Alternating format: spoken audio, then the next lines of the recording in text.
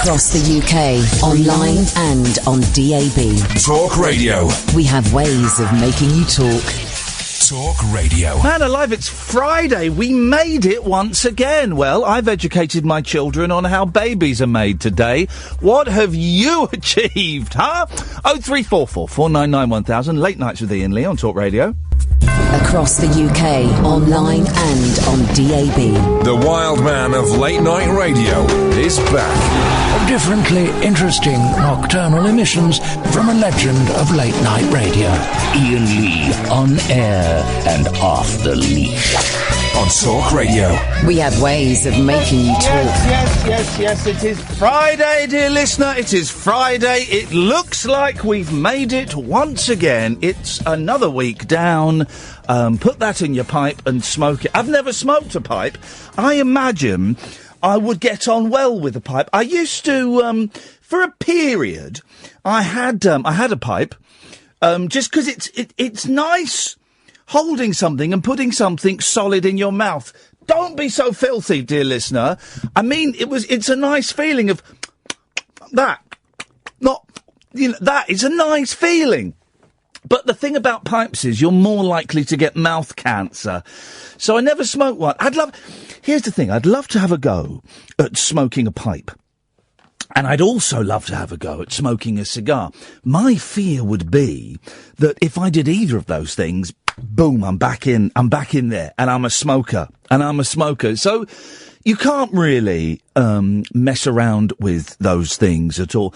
And also, I am fully aware, if you smoke a pipe, you look like a twit. If you smoke a cigar, you look like a tosspot.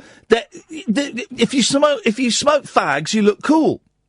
That is true. If you smoke a fag, you look cool. And I hate to say it, guys. I'm sorry, but that's just the way it is. Diddle-ow, diddle-ow, diddle-ow. Yes, a coffee, please, Edward. Thank you very much. But there is no way of smoking a pipe and looking cool. And people think they look cool with cigars. You name me, right? You name me one person, right? One person who looks cool smoking a cigar. You won't be able to. You just won't be able to. There is no one that looks cool smoking a cigar. It's just completely impossible. Completely impossible. But that's just the way it is. 0344 499 1000 is the telephone number if you want to give us a call. Loads of you are watching on YouTube, The Rabbit Hole TV, youtube.com/The Rabbit Hole TV. We're trying a couple of new things. So there's the camera on me in the studio. Hello. And there's the camera on the people. Catherine, no point in waving, Catherine, because for some reason it's been disconnected. Maybe you could just check the connections for me. See if the connections are strong. I unplugged it and plugged it in again. That usually is the way these things work. However, that broke it. We'll try and get that fixed. In the meantime, you can watch me in high definition on youtube.com/The Rabbit Hole TV. We're about 28 subscribers away from 1,000 subscribers. Imagine that. 28 subscribers away from 1,000 of those subscribers. Wouldn't that be awesome? It's all connected, is it, Catherine? It's all connected. Follow it in here, because it might be in here. I don't know. I just don't know, guys. We're experimenting, and we're trying to turn the show from a radio show into unplug it and then if you see where that goes. There's Catherine down there. Look, you can see her on this. How's that? No. Doesn't matter. It's not the focus of the show. That's it. That's the only thing. What we're gonna do is we're gonna do that. No. Diddle-oo, diddle-oo, diddle-oo, it's just the way it is. Diddle-oo, diddle-oo, diddle-oo. Some things will never change. Why have I got that in my head? I mean, that is an annoying song. That's an annoying song, if ever there was one. Anyway, I haven't used deodorant today, and I've just caught a whiff of my pits, and boy, oh boy, it does stink. stink. 0344 499 1000 is the telephone number if you want to give us a call. Yes, line 1, you're on the wireless. Did I hear you say no one looks cool smoking a cigar? Absolutely 100% correct. Well, I'm about to make your mind blow. I've got not one, but two. Okie dokie. Yeah. I'd be surprised. Well, yeah, here we go. Number 1, Telly Savalas. Kojak. He never smoked a cigar. He did in real life. No, he didn't. Plenty of pictures. I got some basher. No, he didn't. He sucked on a lollipop. In real life, he smoked a cigar. Anyway, hang on a minute. No, mate. In real life, he sucked on a lollipop, and do you know why he sucked on a lollipop? Probably not diabetes. Sorry, mate. Was that?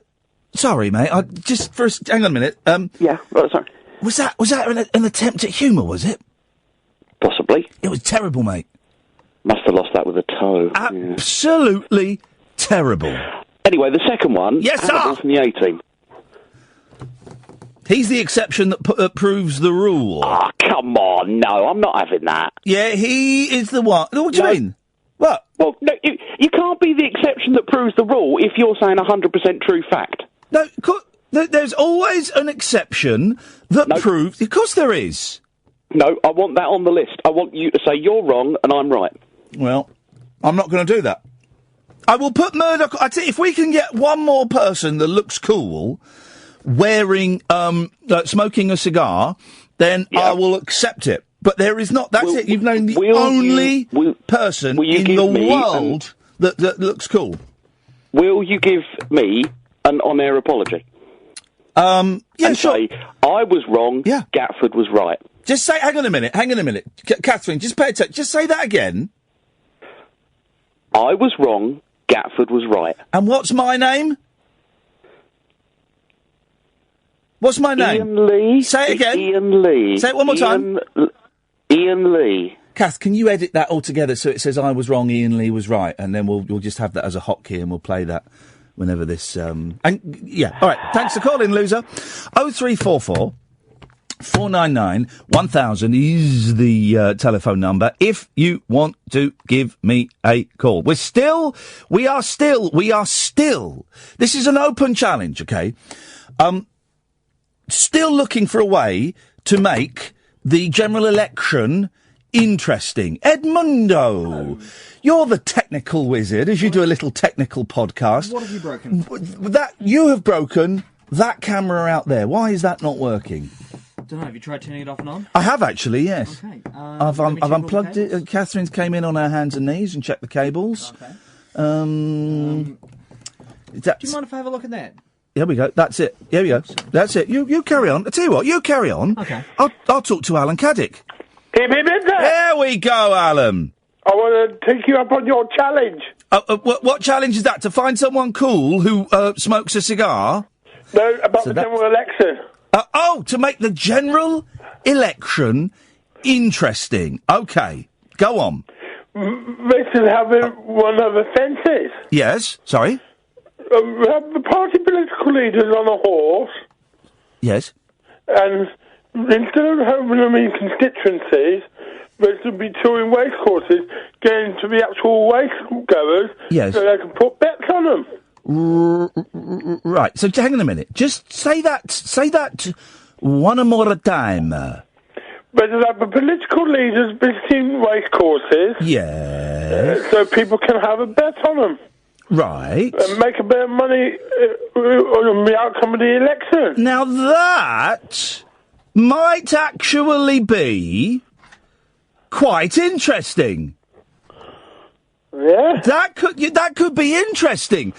How do we make that interesting on the radio, though? We could have a reporter at each of the racecourses, getting the atmosphere of the political leaders visiting the racecourses. For example, Nicola Sturgeon, the Scottish MP. Yes. And tomorrow's the Scottish Grand National at Ayr. Yes. Nicola Sturgeon could visit Ayr Racecourse. Oh, I see. That could work, couldn't it? That might actually work. The whole thing's frozen. That might actually work, Alan. That's not a bad idea for you. And it's the start of the weekend. Well, even better. What are you doing this weekend? Horse racing? I've just been at the karaoke. Oh, what did you sing? I just got back. What did you sing? Joe Jackson Stepping Out and Saturday Night at the Movies by the Jesters. Well, that's an unusual choice. I tell you what, why don't you give us a sniff of Saturday Night at the Movies, as that's what a lot of people will be looking forward to tomorrow. Well, there's Technicolor and CinemaScope, the best out of Hollywood. Whoa. The popcorn and the candy stand make your needs like it's good. Mm-hmm. Without a girl with pretty hair, and big and they don't try to hide. Well, nothing can compare to a girl sitting by my side. Saturday night at the movies. Who cares what picture we see? When you're hugging and kissing in the back of the balcony. That was absolutely awful, Alan. Thank you very much indeed. 0344 499 1000. Late nights with Iain Lee on Talk Radio. There's no break. Well, I was only throwing to it so I could cough. I've coughed now. Yes, Barry. Hello there. How are you doing, Iain? There's no break. There's no break. No break. There is no break. Yeah, a couple of cool smokers, cigar smokers. No, there won't be. There's only Hannibal from the A-Team. Can I fire a couple past you? Please do. I'll go for Che Guevara and Fidel Castro. No, Che Guevara doesn't look cool. No? No! Those guys don't look cool, for crying out loud. No. Very iconic with the berets and the cigars. Yeah, no, I don't think they look cool, though. I think they look stupid. Okay, then. Well, I'm sorry about that, Barry. That's all right, Iain. That's my best shot. There's a real sense of smugness about from people who smoke cigars. They think they're better than everyone. That's the problem I have with them, Barry. They think they are better than everyone else, and I don't believe that they are. Okay, then, Iain, I'll carry on listening in and carry on watching out for Jeremy Corbyn. Thank you very much indeed. That is what? That is a respectful phone call. Respect is due and was received. Thank you. 0344 499 1000. Late nights with Iain Lee on Talk Radio. Now it's a break. The radio show for people who know the best part of the day is the night. Late night Iain Lee on Talk Radio. We have ways of making you talk.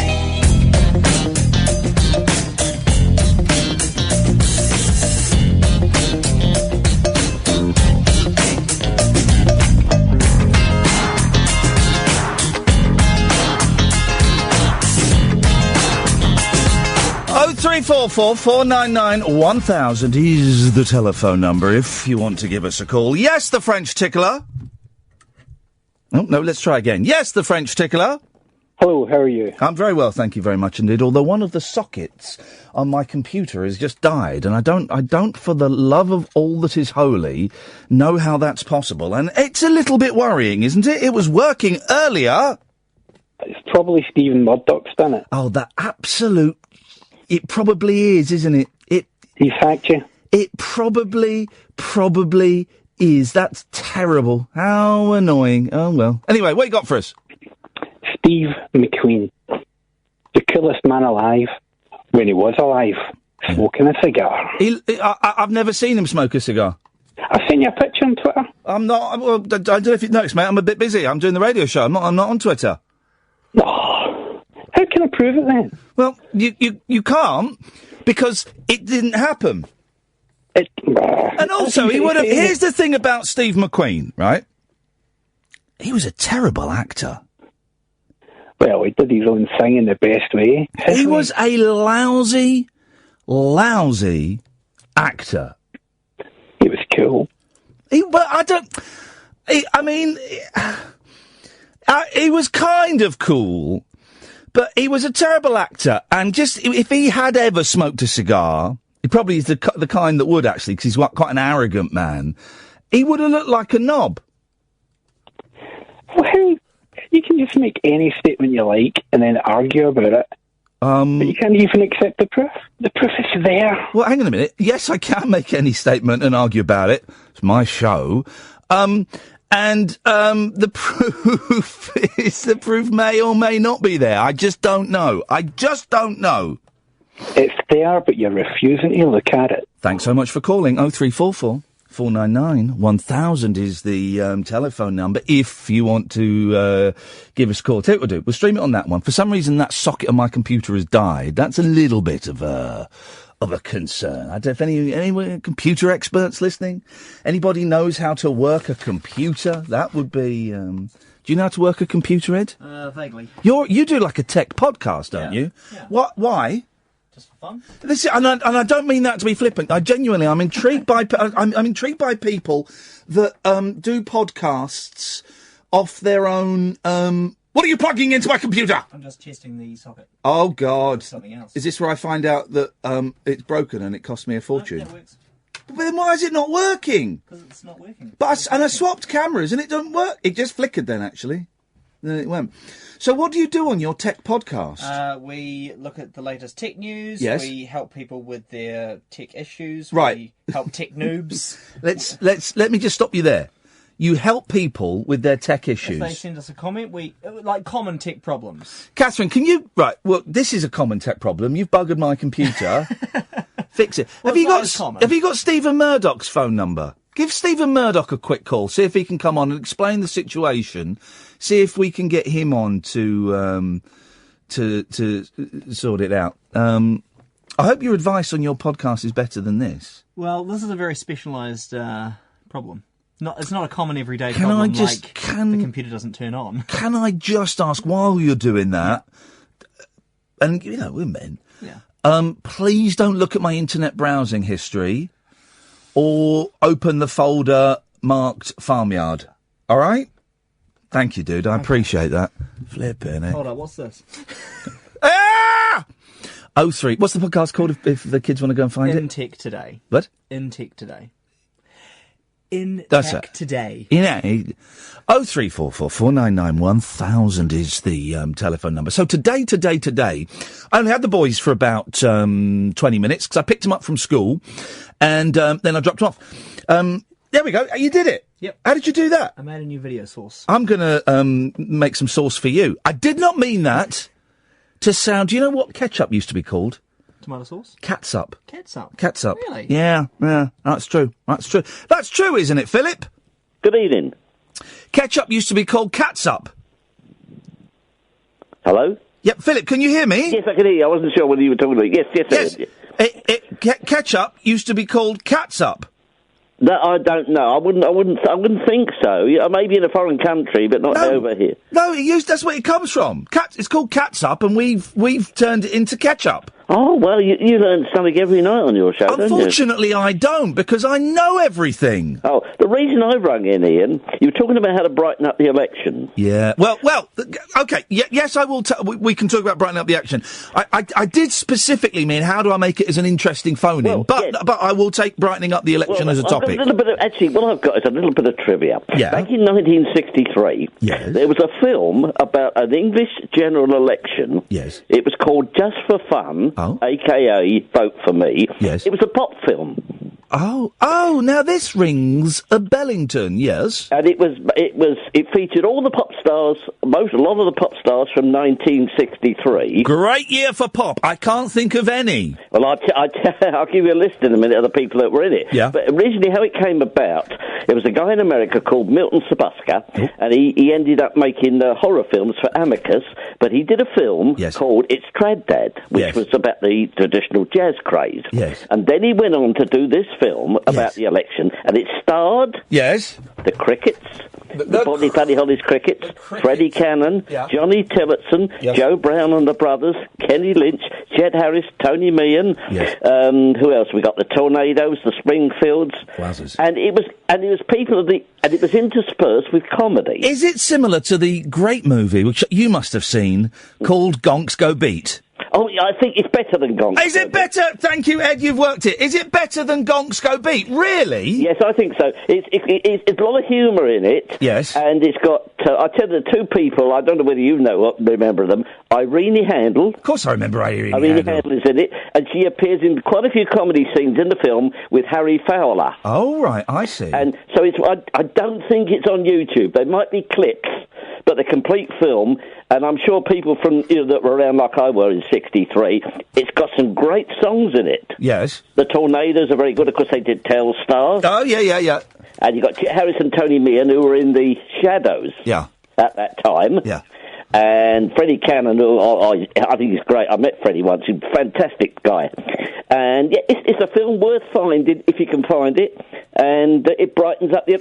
I want to see the movies starring Herman's Hermits, because I love bands in... They got sent to space in one of their films. Well, I tell you, the film that Herman's Hermits did, they did one of their song, didn't they? Mrs. Brown, You've Got a Lovely Daughter. Yes.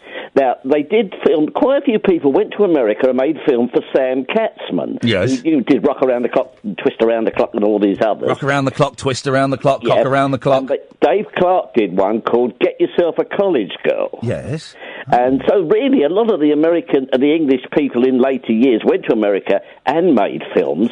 But I tell you, a good one that is really worth watching, it's not so much pop. You remember Fabian? I do remember Fabian, yes. He was a guy who did Turn Me Loose and I'm a Tiger and all that lot. But he did a film called Hound Dog Man. Oh. And it starred a girl called Dodie Stevens, who had a big hit with Pink Shoelaces. Well. And the film was made by Don Siegel, who made Dirty Harry and all those films in later years. And that was a very, very good film too. What pop stars have you seen in films? Well, of course, Slade in Flame.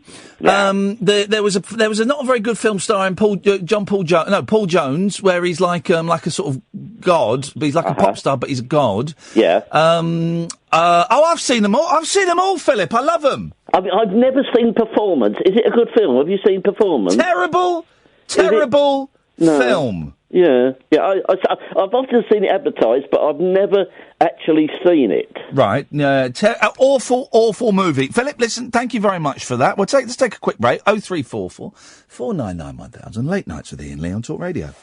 Late night conversation worth losing sleep over.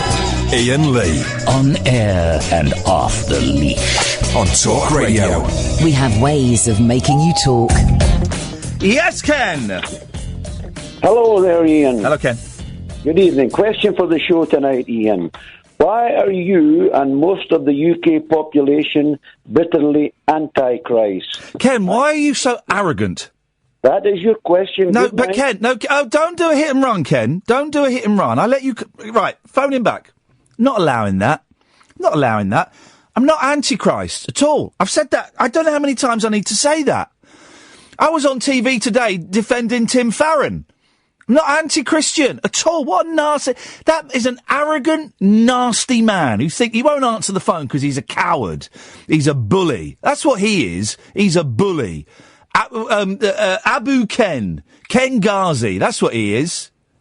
Yeah, of course he won't answer it because he's a nasty little bully. Ken, I'm not anti-Christian at all. And unlike you, Ken, I'm not anti-Muslim either. I'm not anti any faith, Ken, because I'm not a nasty, bigoted, arrogant little man like you are, Ken. I'm also, I'm nuts. I'm not as nuts as you are. Don't, horrible little SH1T. It really is. And anyone who does a hit and run where they put the, they make a point and then have a run. Put the phone down. Outrageous. Yes, Ross. Hello. Hello, Ross. Hello. Hello, Ross. Hello. Yes. Go on. Oh, Jesus. What you got for us? How you going, Iain? Are you all right? I'm losing patience, Ross. Oh, you were talking about films earlier? Yes. I've got some to sell. Can I sell them here? My friend says it's the best time to do it. Yes. Right. Cheers, then. Yeah, what are you going to do? Do you want to know what they are? What? The films. Yes? Neil Diamond, Timeless. What are you talking about? Neil Diamond's not in a film called Timeless. It's a DVD, Ian. Yeah, he's in the Jazz Singer. This is a concert called Timeless. Right. Why are you telling me this? The running time is approximately 2 hours 34 minutes. Okie doke. I want to sell them, John. I'm trying to get rid of them. Are you interested or what? Oh, not on that one. What else you got? Hellraiser 3, Hell on Earth. Right. So go on. Yeah, I'll stop you. Yeah, how much are you looking for these films? Beaches, Bette Midler. Right. She dies. I don't like that. That can go back. What? There's something here with Shane Ritchie on it. I don't know what that is. Why? How much do you want for Beaches? £2. How much you got? Not for Beaches. I haven't got anything. No. Not for Beaches. Not for Beaches. What about Killer Instinct, the Fred and Rose story? No thanks. 50p? Yeah, all right, actually. Yeah?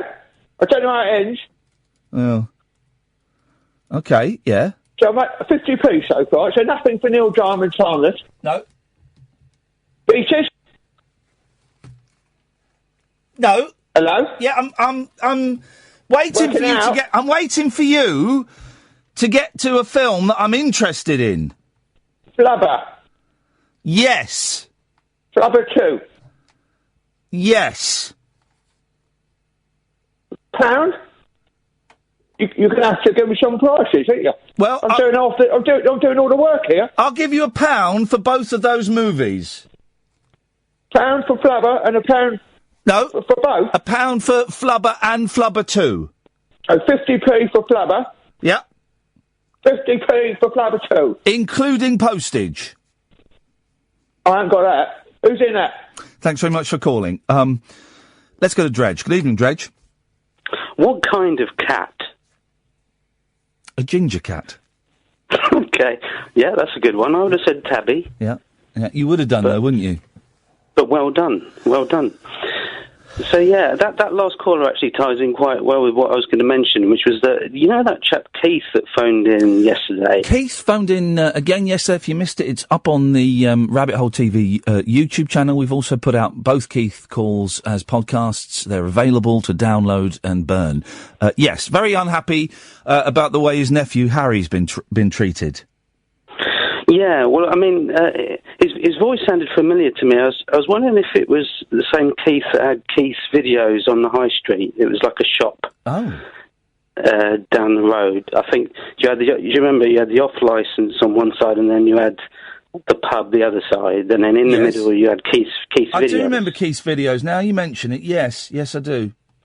I was just wondering if that was the same chap, because I thought I sort of recognised the voice a little bit. Well, if he calls in, I will ask him. We know very little about Keith. Here's the thing, John, and you raise an interesting point. We know very little about so many of the people that call this show. Very, very little.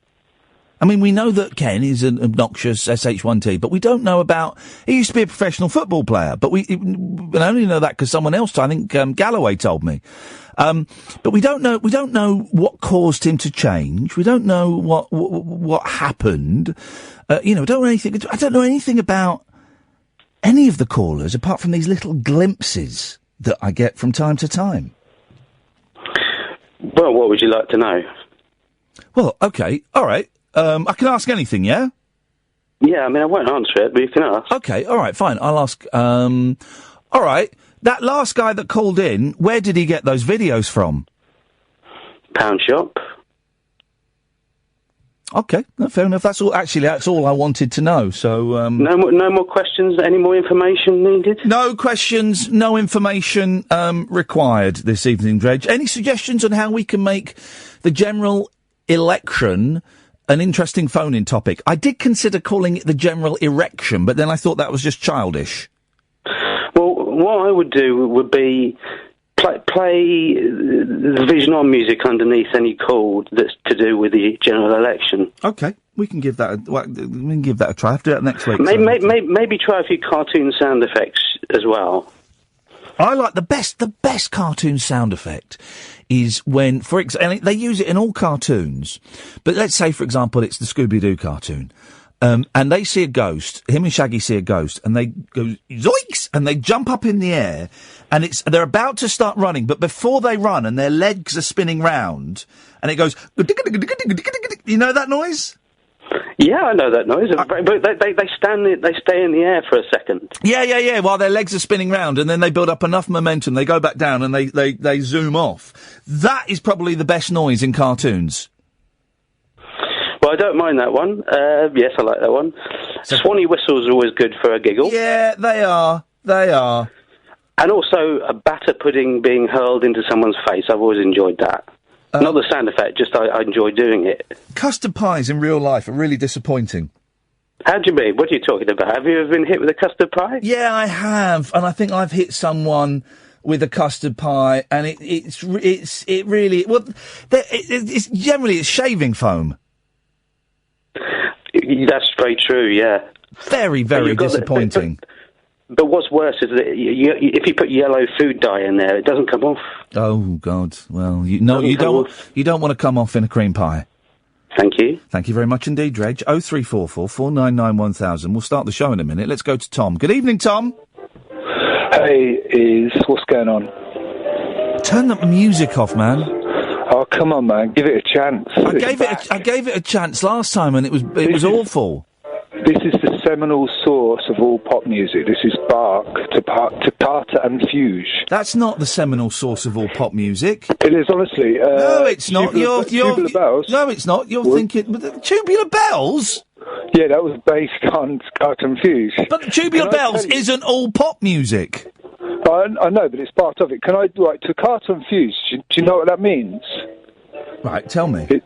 It's beautiful, man. It means touch and chase.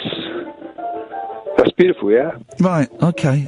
Right, I want to show you this as well. You ready to listen to Mike Oldfield explaining where his riff came from? Yeah, you ready? Here we go.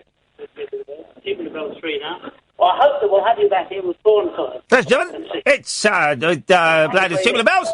Mike Oldfield. Mr. Mike Oldfield. That tune, don't they? Everybody knows that tune. Where did that tune come from? I promise next week I'm going to put in a lot of effort and thought into the shows, okay? Because this week they've been awful. Absolutely awful.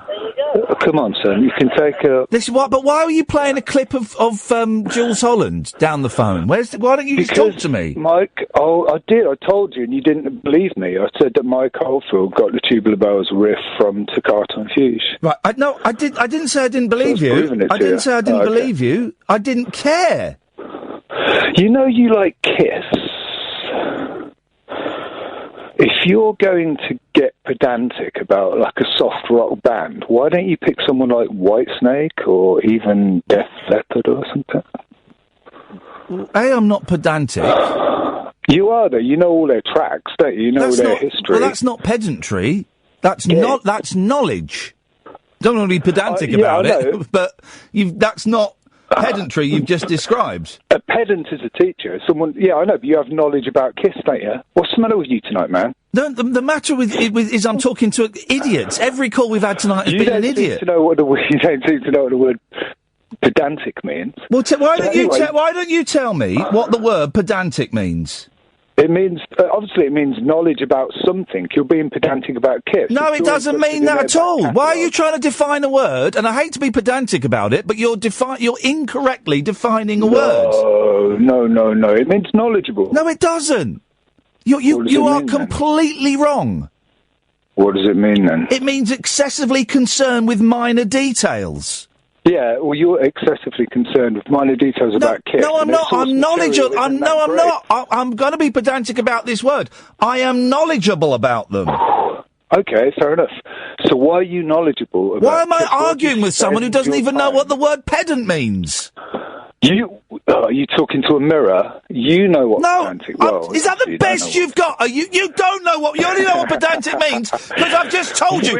Are you talking to a mirror? Are you nuts? Listen, why are you pedantic? I'm not going to change the word. Well, I'm not pedantic about them. You're knowledgeable about Kiss. Correct, I am knowledgeable about them, yes. Yeah, about minor details. You've had quizzes on here before. You've recognised like intro riffs from all of their songs and that kind of thing. Not from all. Don't be pedantic, but not about all of their songs. No. Okay, dude. Right. Anyway, I think you're avoiding the question. You haven't asked me a question. Ask me a question where you use the correct phrases. Well, I was actually. No, you haven't, mate. Honestly, you're coming on and you're dribbling like a massive idiot. You are so avoiding the question. You haven't asked me a question that makes sense!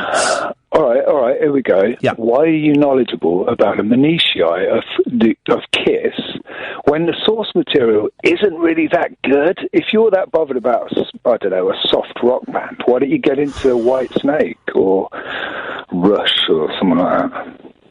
Budgie.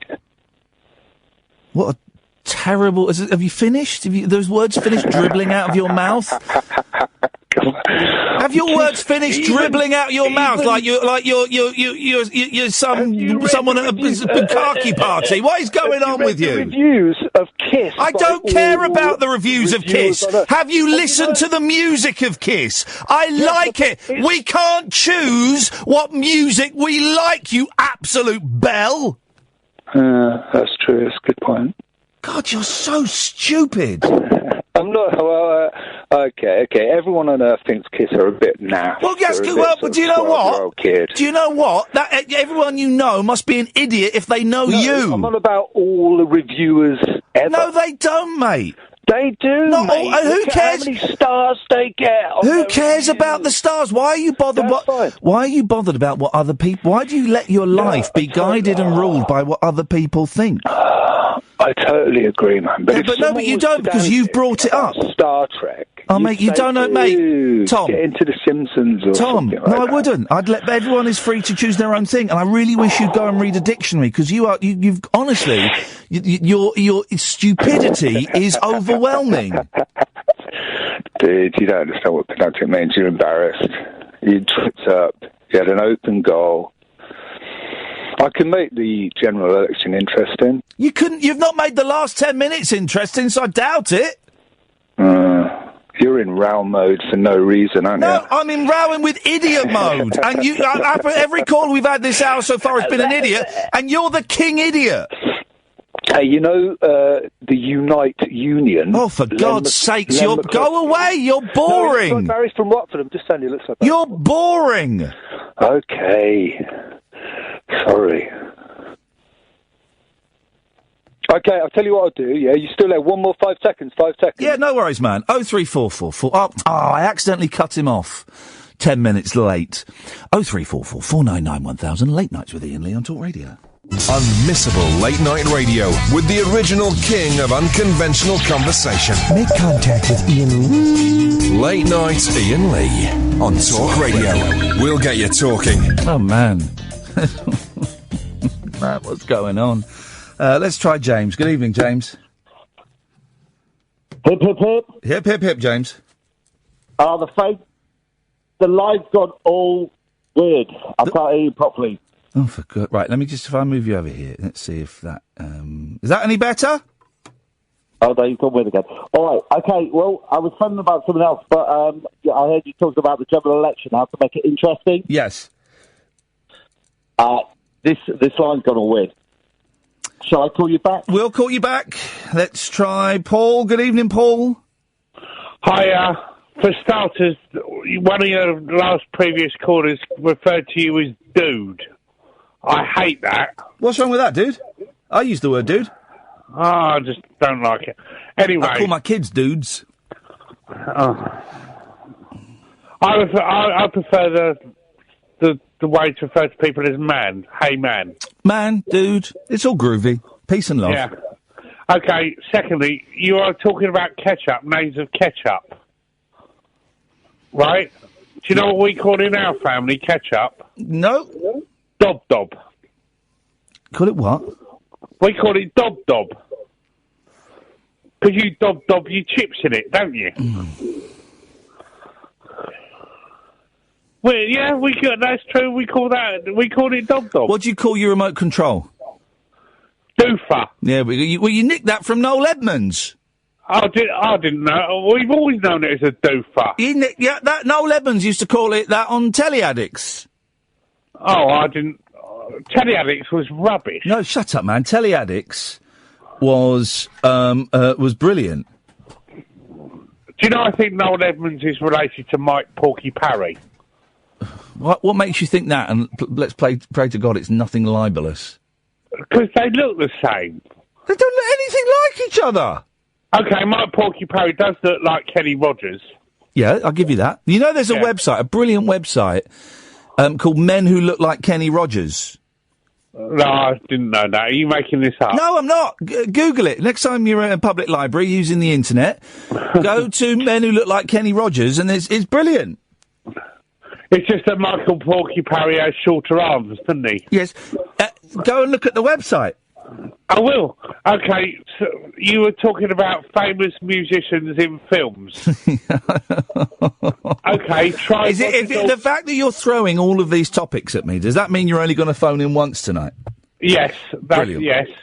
Okay, famous musicians that are in films. Yes. Roger Daltrey in the film Buddy, that starred Chesney Hawkes with the famous song "I Am the One and Only." There was no film called Buddy starring Roger Daltrey. Yes, there was. No. And part of it was filmed in Chalfont St Peter. And part of it was filmed in Peter Britt's house on the Britwell estate on Monksfield Way. I know because he lived down the road, and part of it was filmed in ABC Guitars. Except there was no Roger Daltrey film called Buddy. What was the name of the film with Chesney Hawkes in it, with Roger Daltrey in it as well? Then Buddy's Song. But I was close enough. You weren't close enough, mate. You are being pedantic. Yes, exactly. Thank you. That's exactly what I'm being. Thank you, Paul. At last, someone who understands the word. Evening, James. Hello. Hip, hip, hip, hip, hip, hip, hip. Yeah, we go. You were talking about how to end the general James, election. sorry, have you got like a sock or a ball or a sausage or something in your mouth? No, it's just the way I talk. Right, is your phone made up? Is your phone one of those new cardboard phones? No, it's one of those iPhone things. Right, because it sounds awful. Are you on speakerphone? No. Hey, it sounds awful. I do have phone problems. Well, no, but the speech problem makes you sound like you're talking like that. No, well, I'm not, I don't think. Oh. Can we get through it or not? We can get through it. Are you doing that? Are you doing an Apprentice where you hold your phone out in front of you? I walked past someone the other day doing that. I wanted to punch him. No, it doesn't work. I've tried it. I wanted to punch him. He was walking down the street with it on speakerphone, holding his phone out like this. I thought, you idiot. Yeah, I think those people try to be more important than they are. Yes. Okay, anyway, so general election, I thought general misdirection. So, when they make these speeches, all these politicians, they usually use a phrase. Yes. So, it's a bit dated, this one, but this lady's not paterning. Yes. Let's focus on the phrase and go, what would you turn? For example, my washing, the other cheek, make that the phoning. So find a very slight thing that the stupid comment they make and make that. What did you do then? Not much. But whatever you did when you said the words "the stupid comment," that sounded like a normal phone conversation. Well, I put my leg over the other leg. Oh God. How does that sound? Worse. Better. Yeah. Not really. There. Well. But that's not. But then what you're doing with that's not about the general election. That's just saying things that politicians have said through history. But it's a general misdirection. So we focus on the comments that they're making of the speeches they're making now.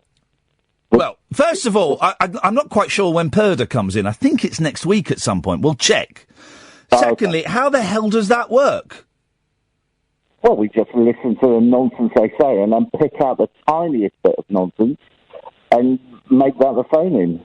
Well, I will consider it, and, considered. Right, 0344 499 1000 is the telephone number. Ways to make the general election.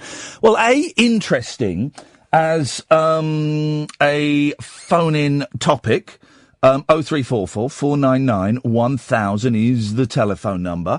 But also just how to make it interesting in general, because it is really, really boring, isn't it? It's just so dull.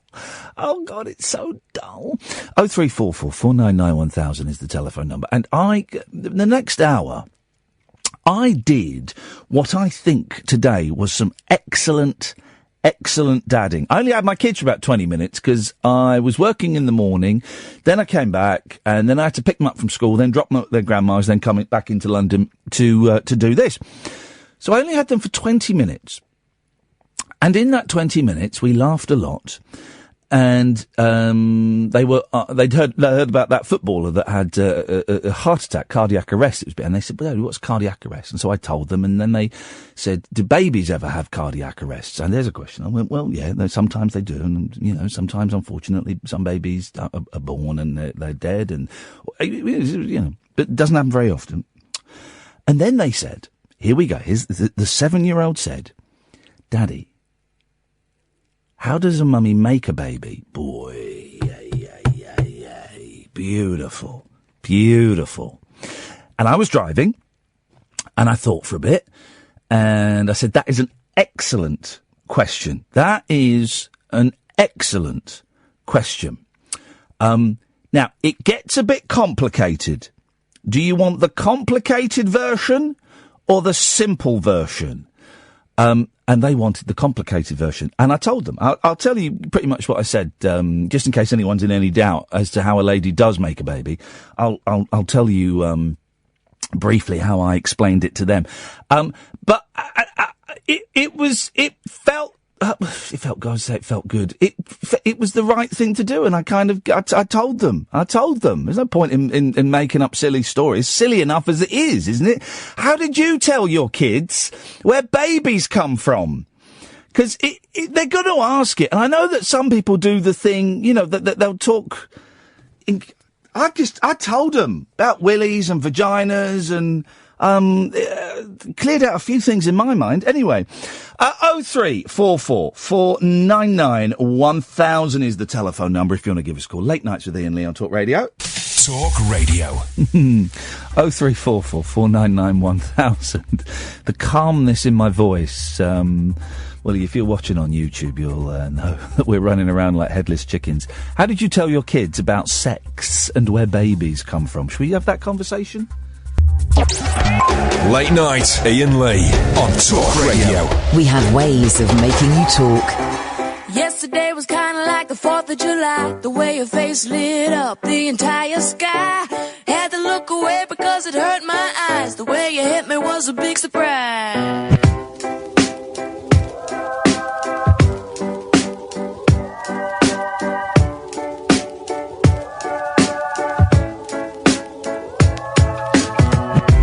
Yesterday I really didn't know what to say. I wasn't making any sense, but it felt okay. Asked you if it was my birthday. This kind of thing don't happen every day. Hey, hey, hey. Hey, hey, hey. I didn't think an angel would get in my way. Hey, hey, hey. Hey, hey, hey. I didn't think an angel would get in my way. Yesterday I felt just like a child, a little curious, a little wild. Live in the moment and you'll never go out of style. You know it's really been a while. Hey, hey, hey, hey, hey. I didn't think an angel would get in my way. Let me tell you, yeah. Excuse me, won't you step aside? I don't got no room for you in my life. I don't got the patience to love again. I don't got the guts to keep you as a friend.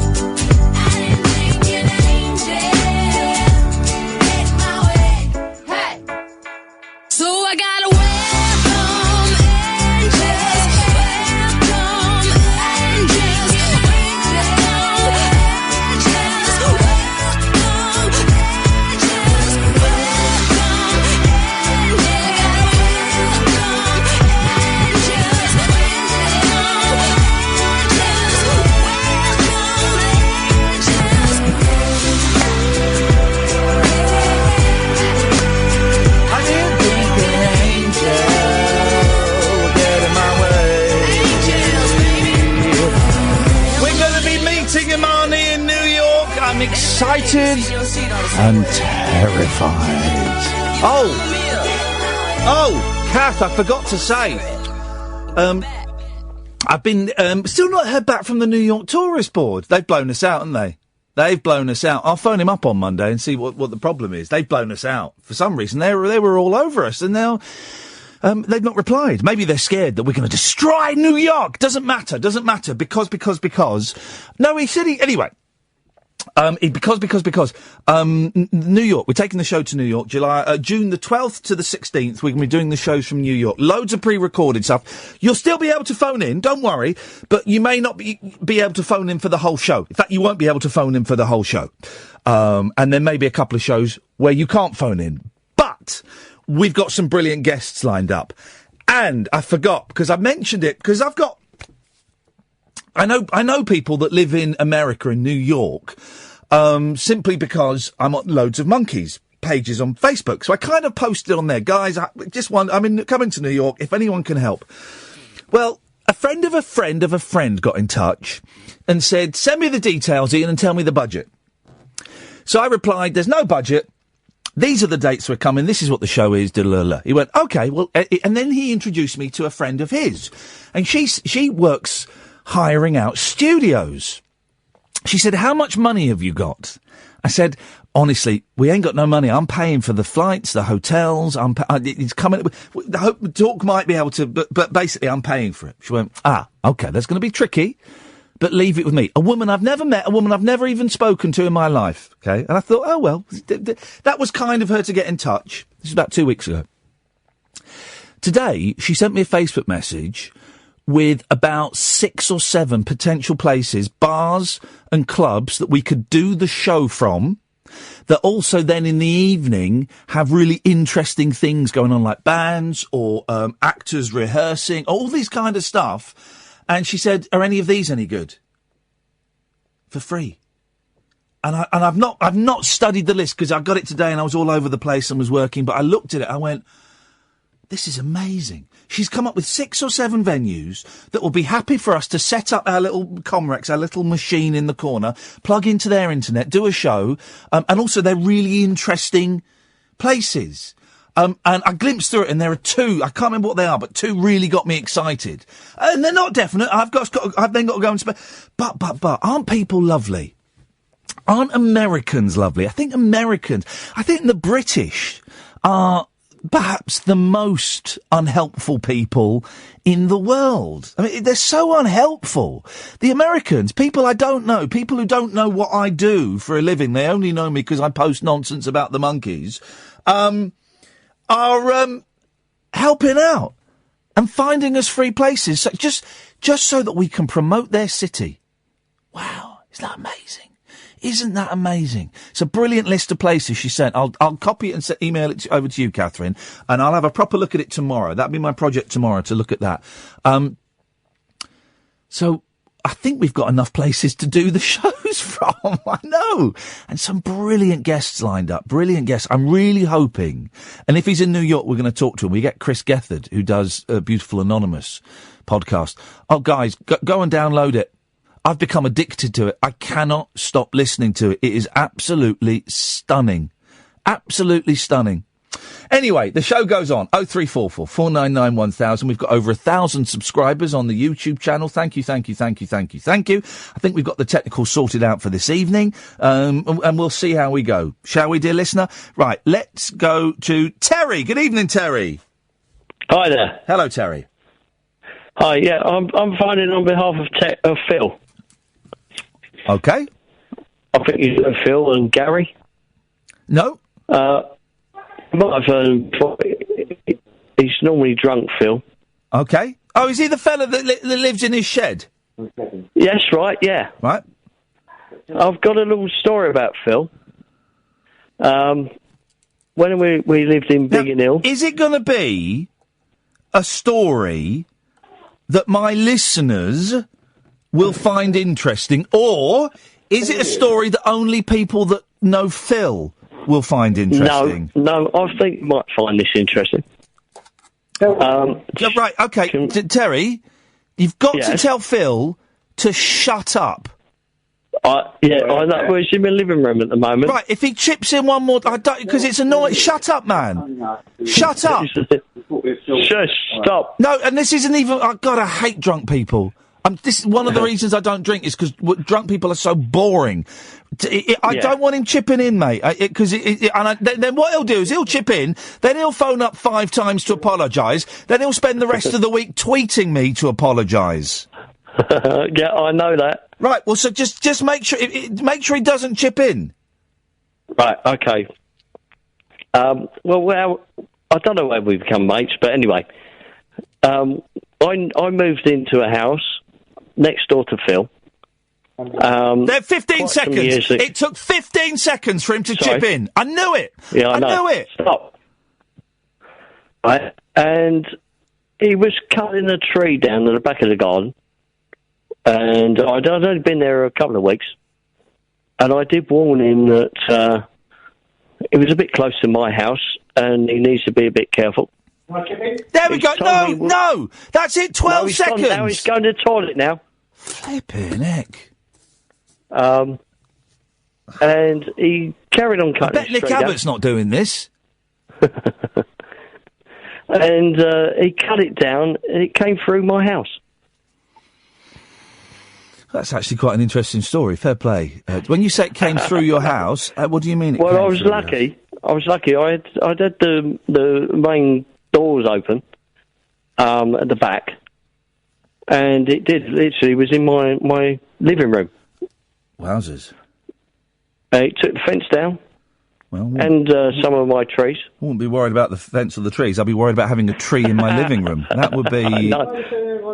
Oh, for God's sakes. For some strange reason, we've become friends after that. Well... It took us a whole day cutting it out. Yep. And we did sit there with a few beers. And I don't know why we become friends. I suspect I have my reasons because you're both fans of excessive drinking. Well, possibly that. Yes. Yeah. No, don't. No, let me talk to Phil, please. He's here there. Hello, Ian. How you going? Stop chipping in, mate. It just sounds awful. I know, it's dreadful, but I did say to Terry that just you talk. But you didn't. You couldn't keep quiet for 15 seconds. I've used him in a way because I really wanted to get on. Well, why didn't you phone up then? I hate it when there are people phoning up and there's someone talking in the background. I hate it. It's rude. Yeah, sorry about that. What I don't want is now another 5 phone calls and a load of tweets of you apologising. I promise you won't get that either. Good. I'll pass you back to Terry. What did he say? What did we say? Terry's talking to me. Sorry, Ian. Hold on a minute. You go and have a chat with Terry. 0344 499 1000. Late nights with Iain Lee on Talk Radio. Late nights Iain Lee on Talk Radio. We have ways of making you talk. I tell you what, though. We have had a lot of phone calls tonight, haven't we? It's just dawned on me this week. We have had absolutely loads of phone calls. There are some shows that only get 3 phone calls in a 2-hour show, and they're the same boring racist. We're getting loads of callers and loads of new calls, so thank you for that. I do appreciate you spreading the word. I should say very quickly, a little bit of self-promotion, that Catherine and I are bringing a live show to Manchester on 2 dates. So we're doing this show, the Talk Radio show, on May the 5th in someone's house in Manchester. Then the day after that, May the 6th, we're staying up in Manchester and we're doing a show at a small theatre in the middle of town. In the evening, there are 7 tickets left for that. And then we're coming back on Saturday, July the 29th, I think it is, as part of the Manchester Fringe, and we're doing a show. It's called The Rabbit Hole. We sit and we chat and we talk nonsense and we chat to the audience and we invite people to call in and we record it. We're doing that, I think it's about 1 o'clock in the afternoon on Saturday, July the 29th. I'm going to be honest, we've only sold 10 tickets for that. So, I know it's some way away. They're only a tenner. If you want tickets for either of those Manchester shows, and the Eddie Large show I'm doing, but that's for another day, Saturday, May the 6th or Saturday, July the 29th, if you go to ticketsource.co.uk/Iain-Lee. ticketsource.co.uk/Iain, IAIN-Lee, L-E-E. And you can get tickets for that. There's only 7 left for May the 6th. There's about 130 left for the 29th of July. Onwards and upwards. Catherine's taken to writing little descriptions of who's coming up next on my switchboard, which is very amusing. Yes, Paul. Good evening, Ian. Good evening, Paul. Yes, I've been thinking about our last conversation. What? Remind me of it. Well, it's obviously boring. Otherwise, you'd have remembered it. Well, the thing is, I confuse you with a gentleman called Luke. No, I'm not Luke, Ian. I know, but that's why I don't know. I'm not sure what you mean by you don't know. I don't remember I don't remember our last conversation. Oh, it was boring then, weren't it? Well, no, don't worry about it. Well, now you weren't the fella that had a barbecue in a tent. Yeah. Right, I thought that was Luke. No, it was Paul, Ian. No. Anyway, I've got some boats to speak tonight. This is a commercial radio. I'd have thought, well, I don't know, whatever fixtures switch. I think, or I can't be sure. Yes. I was sodomised. Oh my goodness gracious me! That really came out of left of centre. Pardon? That was a surprise that you said that. Yeah, I think I can't be sure. No. Because I was only very young. But he had bad teeth and a burgundy Ford Fiesta. Now, I wouldn't have minded. It would have been a bit better if he had a better car. Oh. And all of a sudden, I'm late 40s now. I'm nearly hitting 50. Yes. And everything has come all at once. It's given me a massive boot up the arse. Did he sodomise you or boot you up the arse? I'm confused. No, I can't remember what he did. I know he had bad teeth and a burgundy Ford Fiesta. Right. How is this? I mean, what you're saying is quite shocking. I've got some more for you, Ian. Okay, doke. Because you said you know when I put the barbecue in it's a bivvy, not a tent. I don't know what people call them tents. I don't know what a bivvy. A bivvy is like a small tent, is it? Yeah, it's like an igloo shape, so you can put your bed in a certain way. Or your tent. I don't like them being called tents because I can't fish. I'm not camping. Okay. I'm fishing. Yes. So I find that rather offensive. But yet a man sodomising you in a car, that's fine. Me calling a biffy a tent, that is offensive. No, we got the standard. It's a bivvy. I'm fishing. It's a cart bivvy. It's not a tent. Okie doke. I've got another one for you. Okie dokie. So I was pretty boring. I was a bit boring the other night, and but I am a boring. But are you telling me this story about the gentleman that sexually abused you as a child? Are you saying that just to sound interesting? No, I wouldn't make it up here, and I'd cry. How have you? This is seriously. You're joking. This is incredible. If this actually happened, right? Well, I can't remember. Yeah, that's why I'm saying if, and I'm not saying that you've made it up, but I'm saying sometimes our brain confabulates and it makes up. Yes, yeah. Well, I hope it's done that. But what? How old were you? I was a train spotter. It's a paedophile's dream, Ian. Well, no, they're dreams of children. But how old were you? He took me to see some trains at Ripley. They've got steam trains at Ripley. He took me there. Yeah. How old were you? I can't remember. Probably 11 or 12. Because that's an horrific story that you've recounted. And it's interesting, isn't it, how quite often to cope with horror like that, we make jokes about it. Is it? I've known a lad who I've worked with, probably 20 years plus, I should think. Yes. And I met him at the pub tonight, and he was talking to me, and he went, "Yeah, I knew." Right. No, he had an idea that I'd been interfered with. How come you only just remembered it? What happened to? No.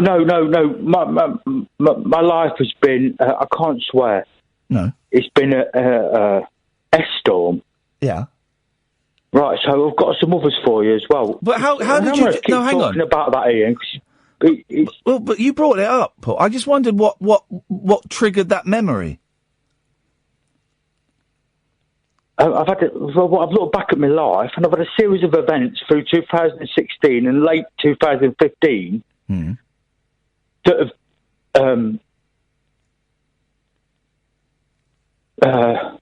just seems to be one thing after another, and everything seems to have hit me all in one big boot up the arse. And it all seems to have come back all in one hit. Everything. How does it make you feel as a person? I've got. I rented.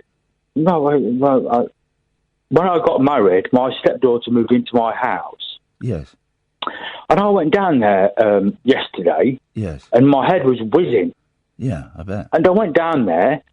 And there was, I've been asking them to buy it for 2 years, so I don't want the hassle from it. Yeah. And there was dog mess? Yes, everywhere, all over the backyard. Been there for quite some time. Yeah. And all rubbish, stuff down the side. And I thought, well, she's moved out now because her mother-in-law has won the lottery. So she bought a bigger. I'm going to be honest. House. I have got absolutely no idea what you're talking about. My stepdaughter bought a bigger and better house. Right. Yeah. Than the one that I wanted her to buy, which was mine, because I don't want to hassle from it. Right.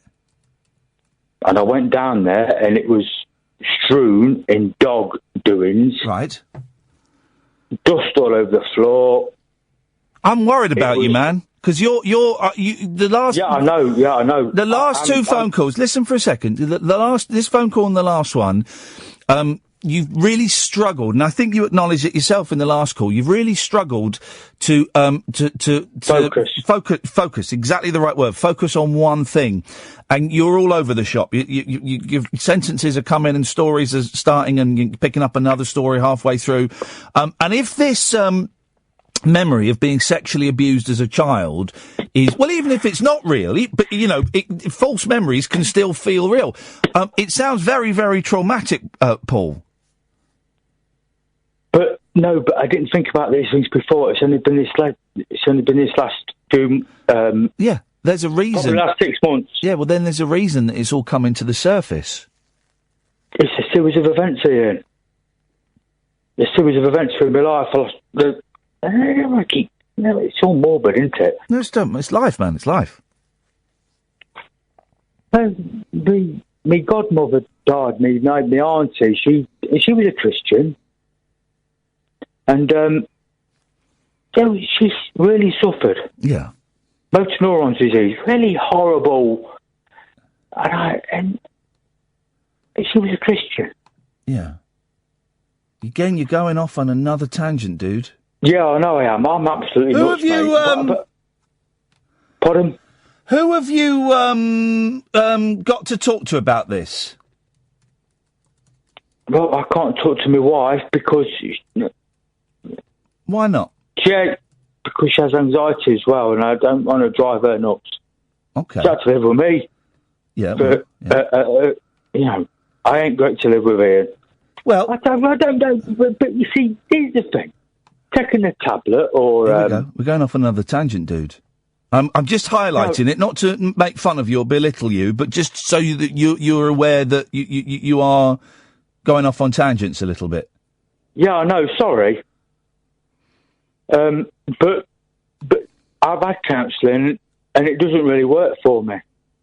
Because I just walk out of there blubbering and crying and say, time's up, and then I go and think about all the things they've said to me. Yeah. And I don't feel any better. It doesn't. Well, it doesn't work. It doesn't work like that. It doesn't make you feel. It's like chiseling away. My boys have got these. They love these toys you can get, right. And what it is, it's a bit of rock. It's a lump of rock. It's like white sort of rock. You get a little chisel and a little hammer, tiny.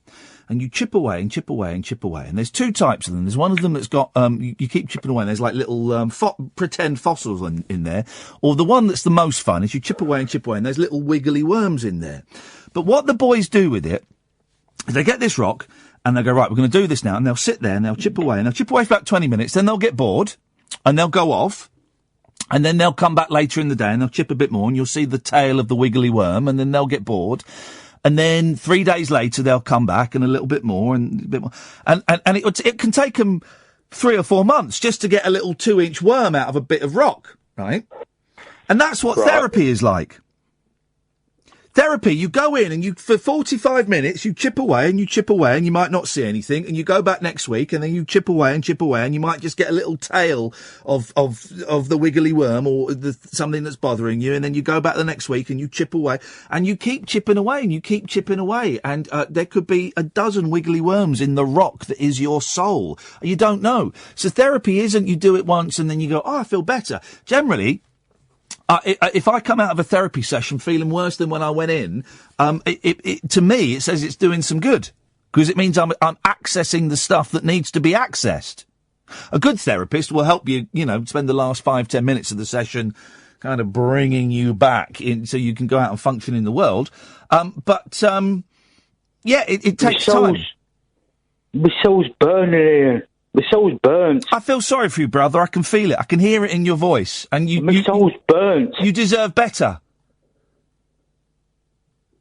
But you see, I can go and see a counsellor, Ian, and it's not going to help my financial... No. It's not going to help that. And obviously, now my stepdaughter's left the rented house. That's put more pressure on me to find more money. Yeah. My wife used to work in education. She used to come in with her head booming, and I told her to pack it in. And then since then, everything's gone absolutely crazy. Everything's gone mad. Okay. Well, I'm sorry everything's going mad for you, Paul. I'm glad that you feel you can trust me and have a chat with me from time to time. I like to talk. I'm grateful for you for listening. Thank you. All right, Paul. Take care, mate. Speak soon. All right. Bye-bye. There we go. We're all troubled souls, aren't we? Thank you for that, Paul. 0344 499 1000. Late nights with Iain Lee.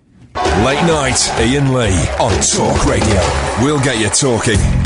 Ah, man alive. Let's go to John. Evening, John. Good evening, Ian. How you doing, fella? I'm very well, very well. What you got for us, boss? Yeah, I was just thinking, obviously you and Catherine are looking forward to going to New York. Oh, yes. Oh, yes. Very good. Very much so. Did you know, and I don't know whether you did or not, did you know that there are Big Apple greeters in New York? It's a voluntary organisation. Oh, yeah, go on. That basically, if you can request a Big Apple greeter to meet you when you travel over, and they will show you around the sites and take you wherever you want to go. It's completely free. Oh, you really? Donate, of course, yeah. Oh, well, maybe we should... you're being more useful than the tourist board, who are all very friendly with us for a while and then seem to have gone a little bit quiet. I'm not quite sure why.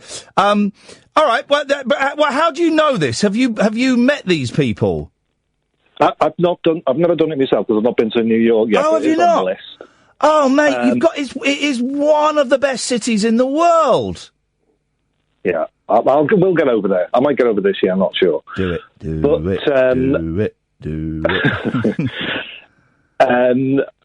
But But no, a friend of mine went quite some years ago, and he was like, we're going to New York. He was taking his wife over for a nice long weekend, and he thought to himself, well, I don't know New York.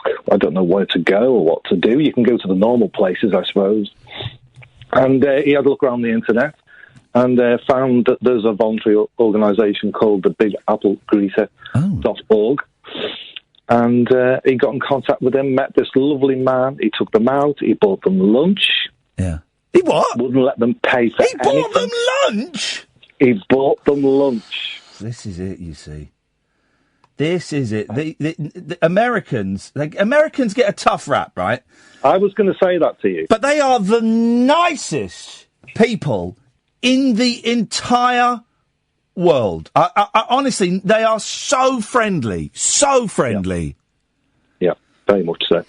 Thank you for that, John. We'll have we'll dig that out. Yeah, definitely do that, because honestly, I've had loads of good reports. You can donate when you come home if you wish. Yeah. And but it is a free service. Lovely, to John. Celebrate the city. Thank you very much indeed. I'll take it. I'll take it. Is this Phil or Terry? It's Phil. Why are you calling in? Is that Beautiful Anonymous? I'm phoning. Hopefully, I'm anonymous. I'm going to get so many apologetic. I'm going to get so many apologetic tweets, and I really can't be bothered with it. So anyway, I want to tell you a story, and okay, Jonathan. Evening. Oh no, it's not. Never mind. You're just going to have to get used to that, I'm afraid. Yeah, that racist guy has let us down. Well, I just wanted to let you know that I'm back off holiday, so you can now unpause the show. Hey, brilliant. All right, Kath, Ed, wake up. Jonathan's back. Wake up. We'll start taking calls. Brilliant. Thank you. Thank you. No, I've been catching up while I've been away. The 3 callers per hour show, 3 callers per show. You know what I mean? That was beautiful. That was such compelling. It was good, wasn't it? It worked. And I've had a lot of tweets saying, well done, Ian, that was brilliant. But, 2 things. First of all, kind of nicked, ever such a slight bit of the premise from this wonderful podcast, Beautiful Anonymous. And secondly, it only worked because me and Catherine are psychically connected, and she that may not be true, but she has been working in radio longer than me, and she has got this skill that not many people have, where with just a very short conversation, she is clued in as to whether someone is going to work in that someone's got a story or not hidden away. It only worked because she chose 3 brilliant people. And, I'm sure that there are others of those people that called in that would also have made an interesting show and a different show. Remember, you're on a camera, Catherine. But the 3 she chose made that show very special. And a few people said, are you going to do it again? Yeah, maybe, but not for a while. Not for a while. The next bank holiday, May the 1st, we've got a fantastic show lined up for you. Oh, it's fantastic. I did like the chances that phoned in the following few days saying, well, if you stuck with me, I would have given you this and it. Yeah, I know. Outrageous. Oh, I've stopped streaming for some reason, so I don't know why. Let's start again. Outrageous. Never mind. Great actor, bad movie? Yes. Christopher Lloyd? Thanks very much for calling. Why is that such a hard concept for people to grasp? Genuinely annoys me. Why is it such a hard concept? Great actors in bad movies, all right? You could say, I like the movie, but it's a bad movie. Laurence Olivier in The Jazz Singer with Neil Diamond. I like that film. I've got a lot of affection for it. It's 45 minutes too long, okay? So that would work as an example. Laurence Olivier is a great actor, right? Christopher Lloyd, he's a good actor. He's a fun actor. He's not a great actor, is he? 0344 499 1000 is the telephone number. Late Nights with Iain Lee on Talk Radio. Late Night Iain Lee. On air and off the leash. On Talk Radio. We have ways of making you talk. Here come the men in black. Galaxy Defenders, defending a galaxy. I've never seen that film. Have you seen Men in Black, Dennis? No. Okay. What you got for us? I just want to say good evening, and I want to recommend your place in Manchester to all these people who are coming. Yes. I've had one, I thoroughly enjoyed it, and I'm trying to all you people, for God's sake, go and watch this man. No, a good lady as well. Have a roaring time. Well. So there you are. It could be argued that I am a genius. You are, yes, without a doubt. Thank you. We appreciate that. Well, thank you, Dennis. It's a slightly different show that we're doing. Oh, God, I'm doing one of those Iain Lee versus radios in Birmingham. I've forgotten about that.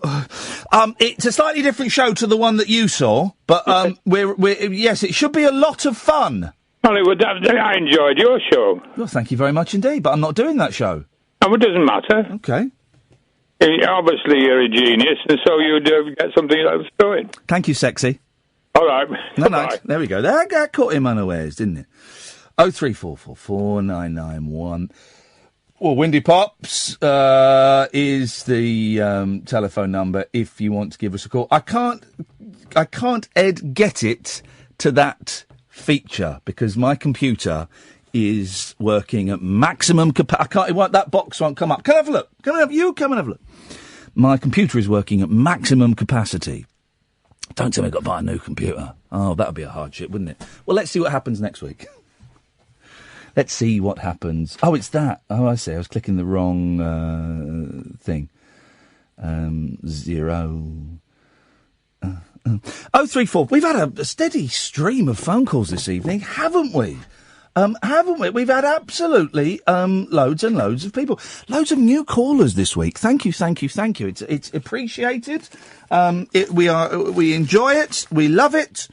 We're very, very happy.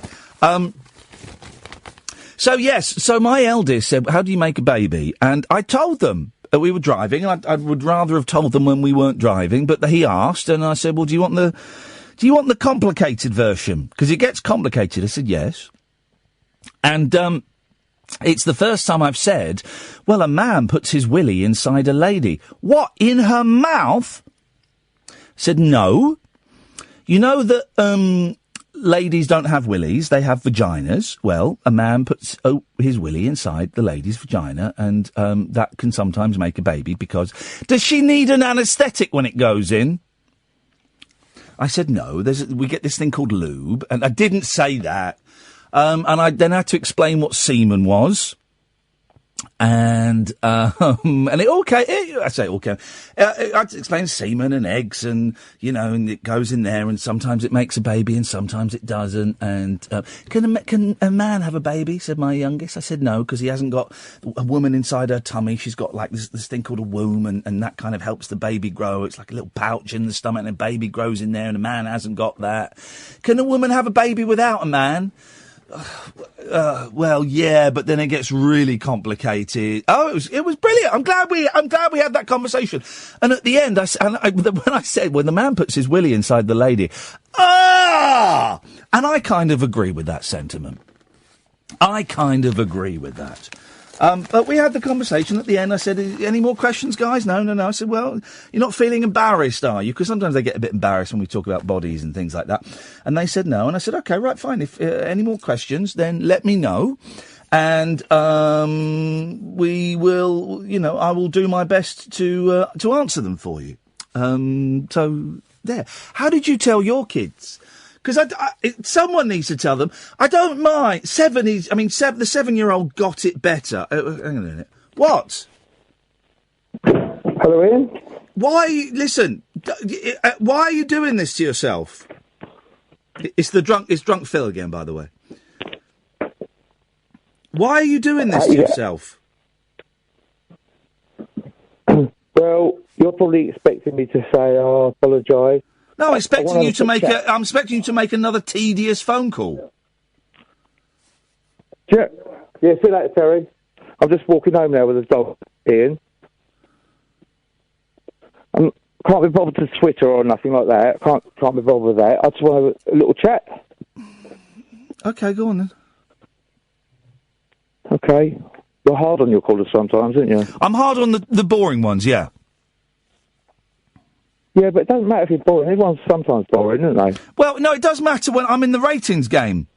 So my job is to get numbers, to get people listening, and part of my job is to get interesting stories out of people. And it's really, really, really hard for me to do that when that person is drunk, because drunk people are boring. And here's the thing, though. Here's the thing, Phil. Drunk people don't think they're boring. They think they're interesting. Tipsy. No, mate, drunk. Okay, but I've still got a contribution to make to it.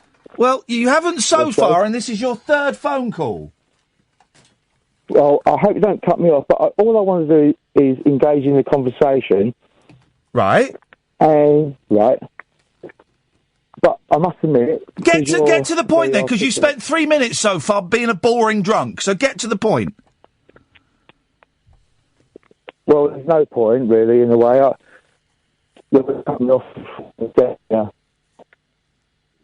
Your phone signal's going, your speech is going... Well, why have you called in? For a third time? Ian, instead of tweeting, right, I thought I'd phone back instead of tweeting you. Right, well then say something interesting.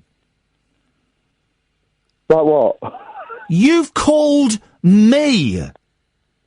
Well, Mum, okay, fair play, yeah. What do you mean, okay, fair play? What, of course, okay, fair play. I'm speaking sense. You have phoned in a phone-in radio show. One would assume that most people phoning in a phone-in radio show have phoned in because they have something to say.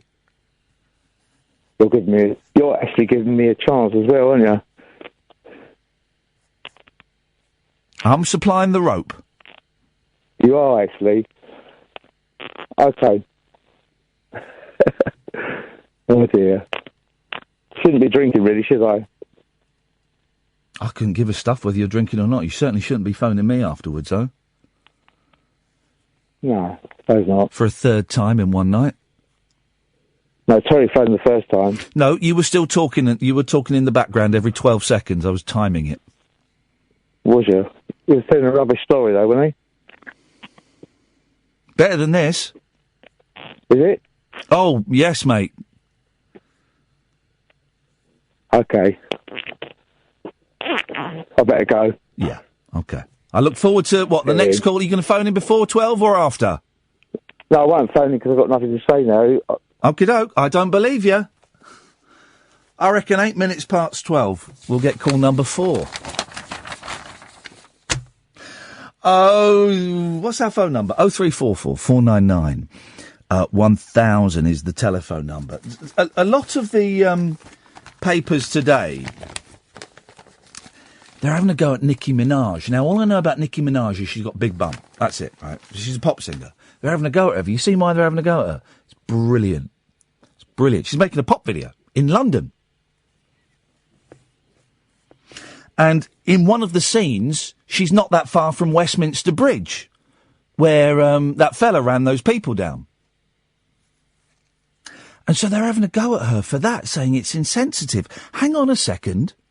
Did you call Philip Schofield insensitive when he walked across that bridge less than 24 hours after the terror incident?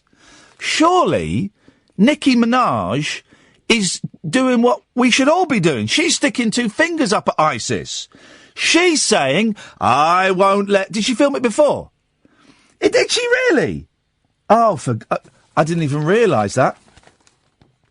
Rapper Nicki Minaj has been criticised for releasing her new music video featuring scenes on Westminster Bridge just weeks after the...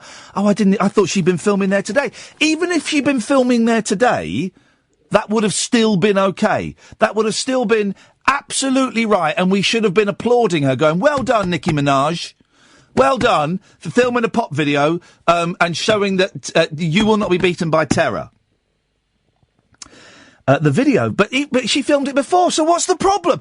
It's not like, is Westminster Bridge the new Jimmy Savile? And we've got to cut it out of everything. I think, the thing is, this screening of Hitchcock's Vertigo, we're going to have to cut out, not Vertigo, the one that's set in London, you know, with, Barry Van Dyke going, lovely. We're going to have to cut out The scenes filmed on Westminster Bridge. Yeah. 4 weddings and a funeral. Yeah, we're going to have to cut out the scenes on Westminster Bridge. Yeah. That's what ISIS want. They want us to forget that Westminster Bridge ever existed. The video for No Frauds shows the star rapping while sitting on the bridge. It had been claimed that Minaj would be cutting the scenes, filmed a day before the attack. Which also stars Lil Wayne and Drake. Yeah, they should also, of course, ban any mention of the Champs-Élysées. Yeah. And of course, when we go to New York, we won't be broadcasting actually from New York in respect to all the people who lost their lives on September the 11th.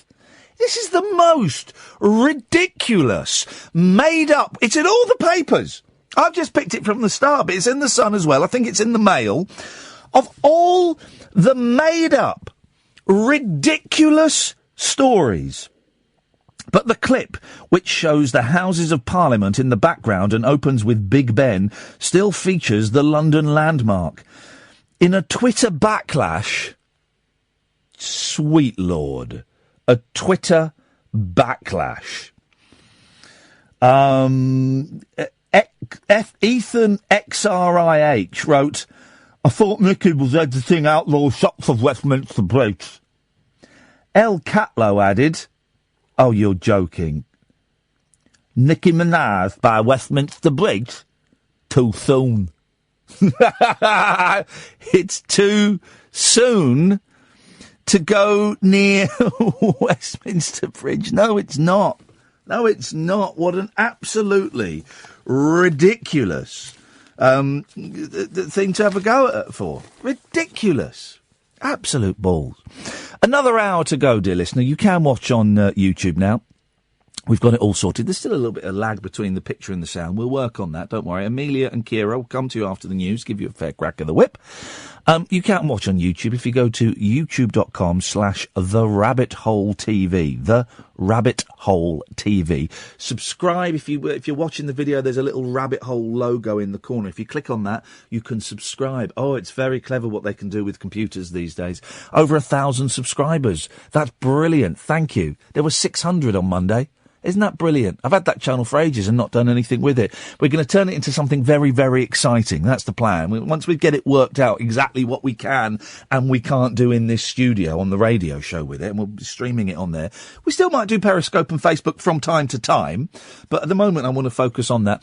Like I say, when we go to New York, we're going to be streaming stuff on there. We're going to be making little short films. We're going to be interviewing people and filming it, all this kind of stuff. So go to youtube.com/TheRabbitHoleTV and you can subscribe and spread the word. And also, I've had a couple of short films sent in by listeners. Dredge sent me a very funny film today called Dredge. It's only 2.5 minutes long. Perfect. And it's very funny. Daniel's psychedelic documentary about radio is there. Gingerbeard Mark I'm going to put his video up at some point. So I do want to have a little section that's going to be made by you, dear listener. How do not everything is going to get on there. It's not a free for all, It's not, it's not the gallery in Take Heart and anything gets on. There will be. Oh, I'm late for the break. I'll shut up. Across the UK, online and on DAB. Take a far-out trip into the twilight zone of late-night radio with Iain Doo-doo-doo-doo-doo-doo-doo. Unmissable late-night radio with the original king of unconventional conversation. Make contact with Iain Lee. Late Night Iain Lee on Talk Radio. We have ways of making you talk. 0344 499 1000 is the telephone number. Let's go to Amelia and Kira. Good evening. Good evening. Hello. How you doing? You all right?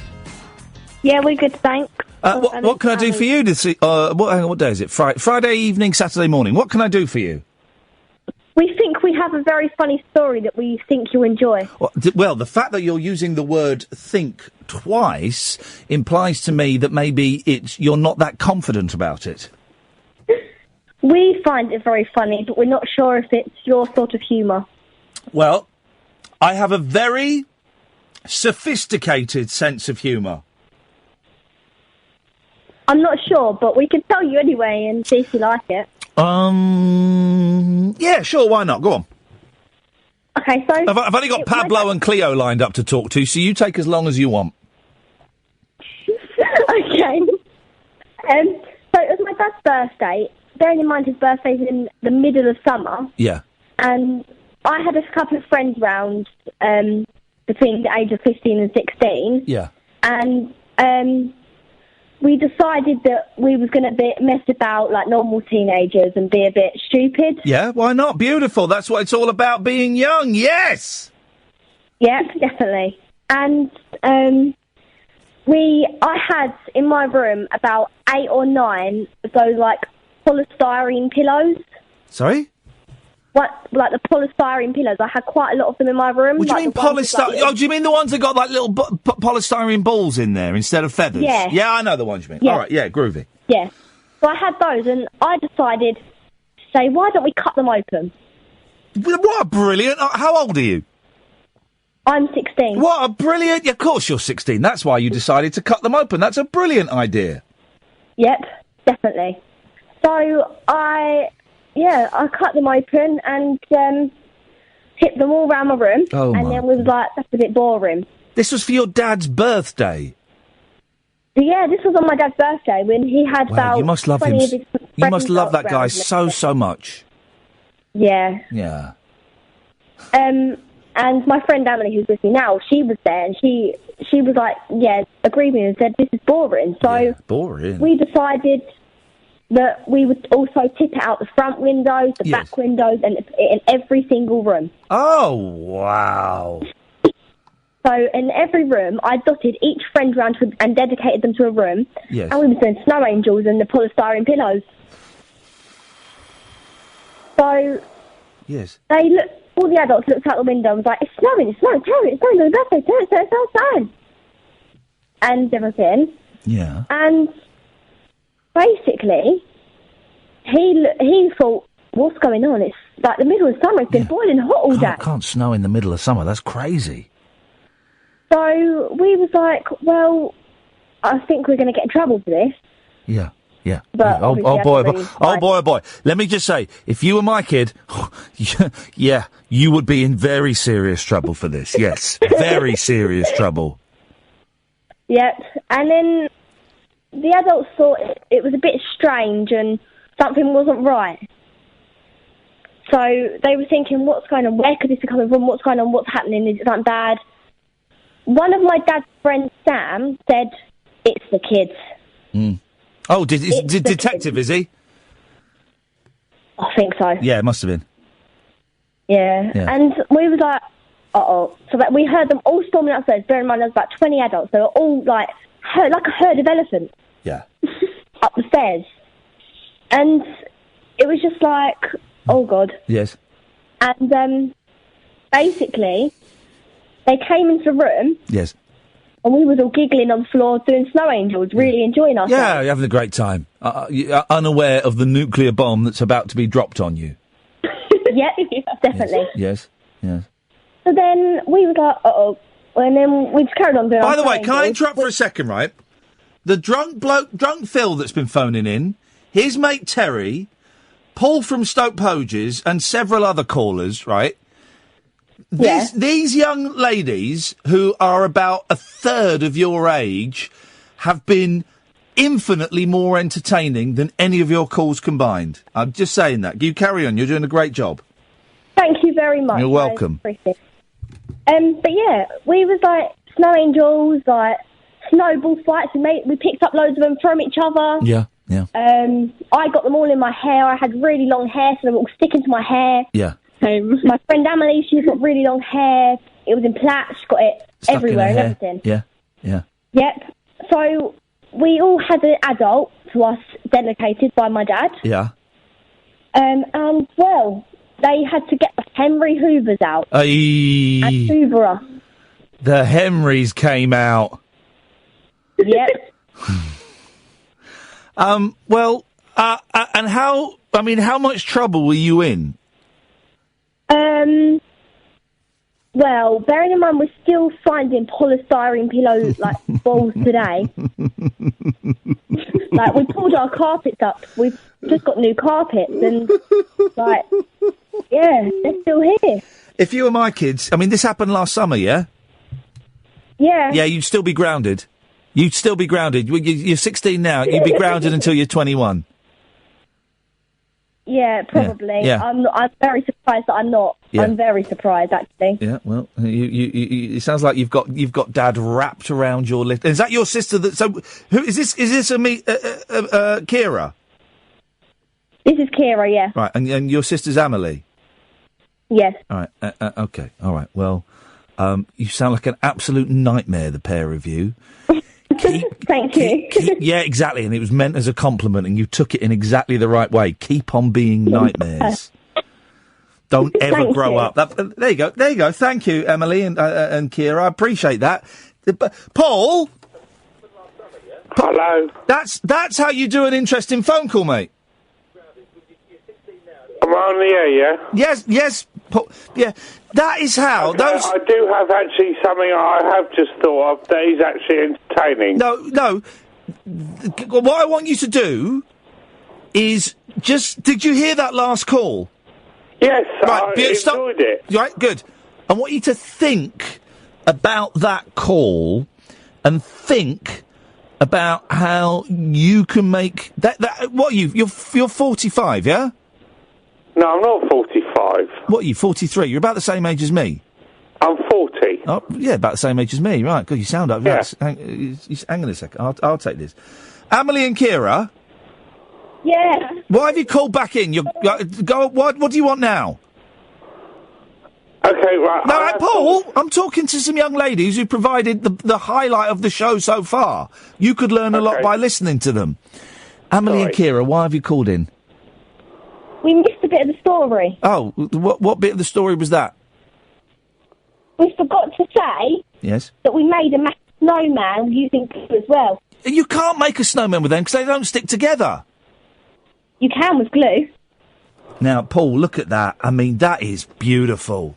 They are, listen, if the future is, if they're a representation of the future, we'll be all right. With girls like that, with young people like that, using their imaginations and their creativity and their naughtiness. Now, so they are 15, 30, so they're a third of your age, right? Yes, a third of your life, 40. a third of your life experience, right? And yet, infinitely more entertaining. Okay, can I say what I found out that I just thought of? I knew that you'd phone in again. I told you, didn't I? Yeah, that is, I think, entertaining that I just thought of. I bet it's not.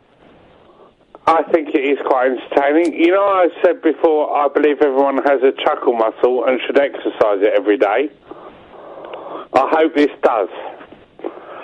You know, real old-fashioned original breakfast TV used to have aerobics women doing exercises, yeah, to music. I can. This is partly why your stories are so ineffectual.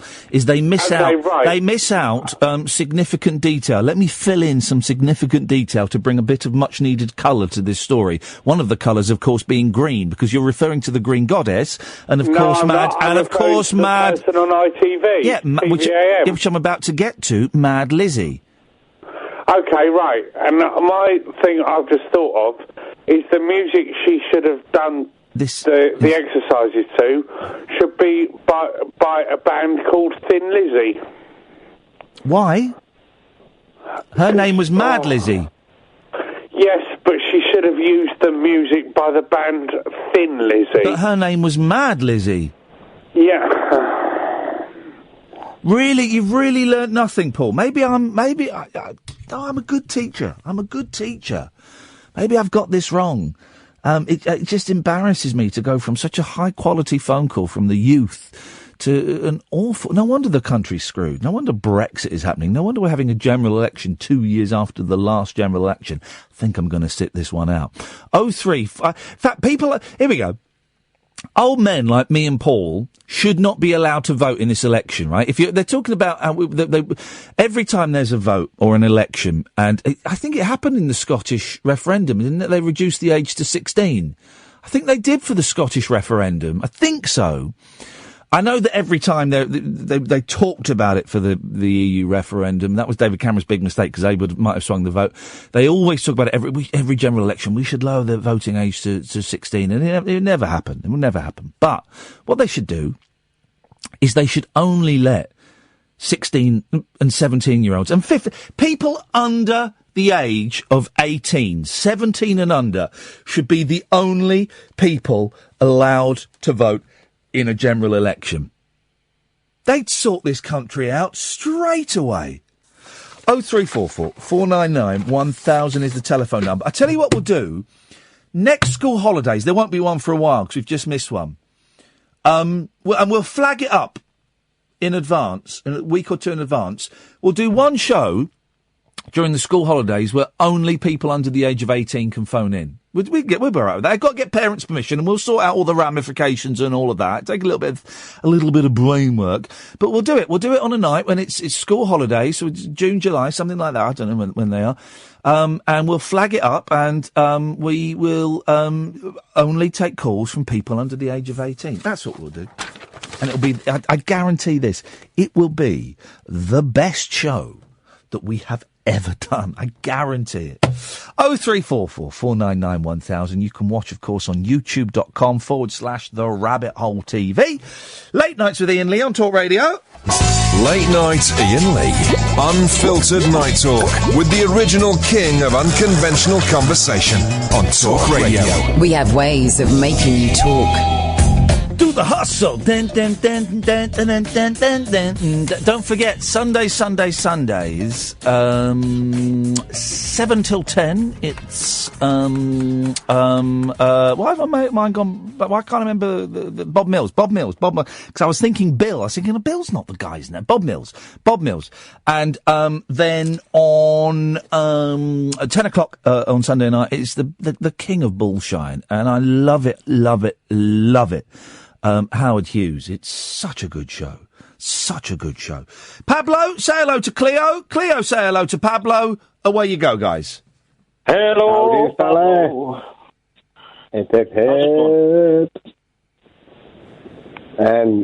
Grand class. Who's buzzing? One of you's buzzing. I'm really excited. That's Geordie Parlance right there. That's a joke. It's a joke. It's one joke down. Yes. You're right about 16-year-olds being able to vote. I've never understood why politicians harp on about the future and then don't let people who are like just prepared for the future to not vote. Well, it's ridiculous. Well, I'm not convinced that 18-year-olds should be able to vote, because I tell you, the first time I voted for seriously 18 general election. I voted for the Natural Law Party. I haven't even heard of them. Well, exactly. They were a huge ultra-right racist organisation. No, they weren't. They were Transcendental Meditation. No, my money's on Cleo here. Go on. But what I was ringing for was yesterday you mentioned jealousy. Yes. And I can't actually think of, anyone being jealous of me. Yes. But also, I don't think I've been jealous of anybody else. Shut up, man. I think I've been envious. I do not believe that for a second. But it's like, where does envy end and sort of jealousy begin? You know what I mean? Well, jealousy's a little bit more wrapped up in bitterness, I guess. We've all been jealous of people, and there's no shame in that. It's a brave thing. It's brave of us to admit negative things about ourselves, but it's the only way, by acknowledging them, it's the only way we improve. I live my life, Dave, in a sea of jealousy. Go on, tell us. Here we go. Tell us. This is interesting. Go on, Pablo. Tell us about it. I generally just I see people who I assume are better than me. Yes. And I hate them for being better than me. Yes. Really? To the point where I don't know. I just I despair, Ian. Truly despair. Yeah. Go on, Claire. I envy people, but I don't think I get the stage where it like upsets me that someone is like either better than us or achieved more than us or whatever. But maybe I don't get jealous about the things like, oh, they've got a better car than me, or they've got a better house than me. I can be envious of people with nicer houses, but my house is very nice. I'm all right there. So it's not that I do still get jealous about people who kind of started I started about the same time as Dermot O'Leary, right? In fact, I think I may have been on telly before he was. And I knew him when he was a runner. And then I watched Dermot O'Leary hosting things like X Factor. And I wouldn't want to host X Factor, but I know that he's, and he's a nice lad, Dermot. You can't hate Dermot because he's such a nice bloke. But I'm jealous about things like that. He seems a bit bland, though. You at least aren't bland. Well, some people think I'm bland. Some people. He's learnt to play the game. He learnt the game, and I never learnt the game. And also, he's very. That sounds like I'm knocking his talent. I'm not knocking his talent at all. I think he is a very talented broadcaster. He's a talented broadcaster. Yeah. But it's like I don't know. But I was thinking about it. I haven't been like mulling over it completely, but I've been thinking about it on and off, and yes. I've never really felt that jealous of. And maybe that is probably a weak thing. I'm not sure. Maybe people having that. Maybe having that anger is why some people are successful. You know what I mean? Why is there a delay? Why is there a delay on one of your lines? It's annoying. Catherine. Catherine does her face. She's got an annoyed face, and she looks up and goes. Oh. She's doing that. Well, I've got none of your stuff on audio, so I don't know if it's from me. Hang on a minute. Hang on a minute. If I press this and press this, yeah, I think it's sorted. Right. 0344 499 1000. There's a brilliant story in the papers, and I was torn. I kind of wanted to start the show with it. Because it would be so unlike me doing one of these stories. But it's a good one. And I was torn about which one to go for, which version of it to go for. So I've gone for the one in the Mail. Parents' fury. This is a great story. Have you seen this?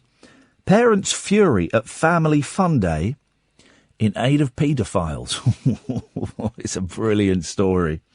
They weren't told money was for charity rehabilitating sex offenders. Now, can I just say, we'll go into the story, right, in a bit. Why would anyone be against the rehabilitation of sex offenders? Why would you... No one could be against the rehabilitation of sex offenders. You couldn't. You couldn't be against it. If you're against it, phone up and tell me. 0344. I wanted to do this at 10 o'clock. It would have been a completely different show. 0344 499 1000. Against the rehabilitation of sex offenders. You can't be. You can't be. Kath said maybe not a Family Fun Day, though. But they weren't there. It was not like they were working the coconut shy. It wasn't that.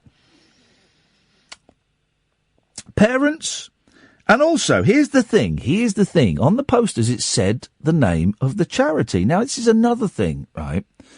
People go to things, it says here, free entry, donations welcome, and then it says on the poster, in big logo, in aid of the Safer Living Foundation.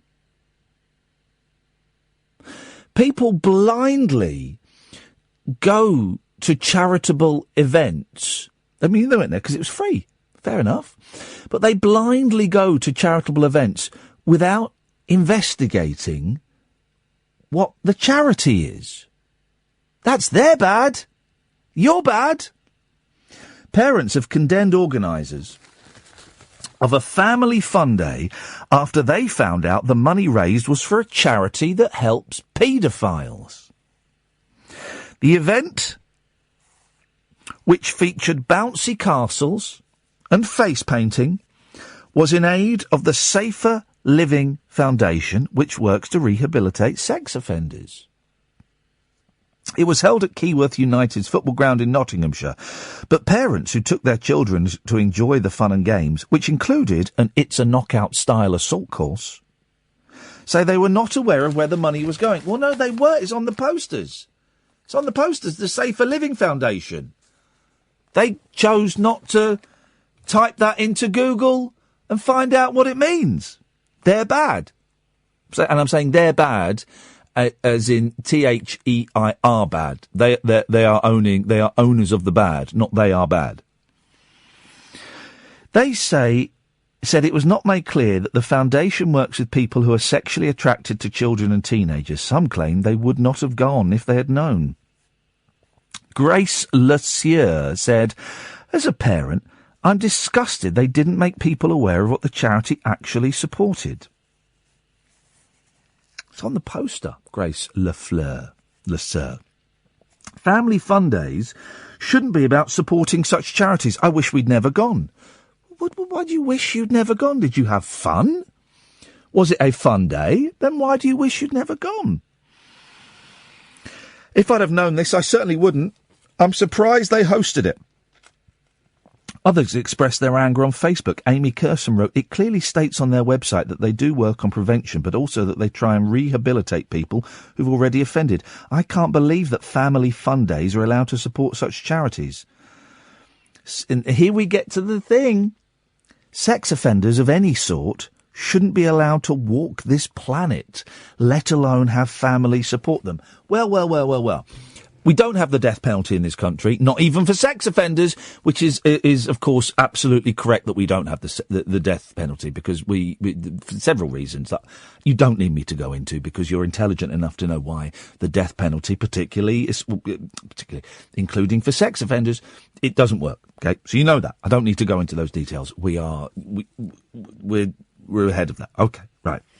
How can you be against the rehabilitation of sex offenders? Now, this charity primarily is to rehabilitate people who acknowledge they are sexually attracted to children and teenagers, but have not looked at pornography or sexually abused children. Okay, this is what they are primarily for. So they are for people who are...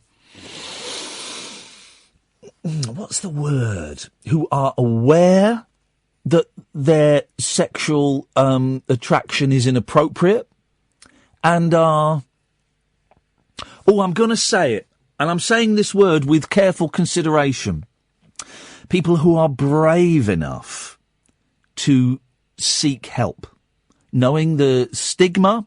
The general consensus, rightly, against paedophiles is that it's disgusting and it's wrong and it's horrible, and some people have a very violent attitude towards it. And we've spoken to a gentleman earlier on today who believes he was sexually abused as a child, and I have some vague things that happen as a kid. But these people are brave enough to realise that their sexual inclination is incorrect, is wrong, and they want to do something about it. Helen Joyce added, I'm so disgusted at this and so glad I didn't go. I know victims of paedophilia, and they would be very offended by this. Would they? Did you ask them? Do you know? These people can ruin lives, and the victims don't get a second chance. However, others were more supportive. Oh, good for them, pointing out the event was to raise funds to stop people reoffending. Paul Hurd wrote, the charity isn't set up in any way to benefit paedophiles. And this, well, Paul Hurd, what an intelligent gentleman you are. Well done. This charity isn't set up in any way to benefit paedophiles, more to minimalise any further reoffending and keep communities safer. Surely we need charities like this to help protect innocent people from monsters. Boom. That's it. Those 2 or 3 sentences there, that's it.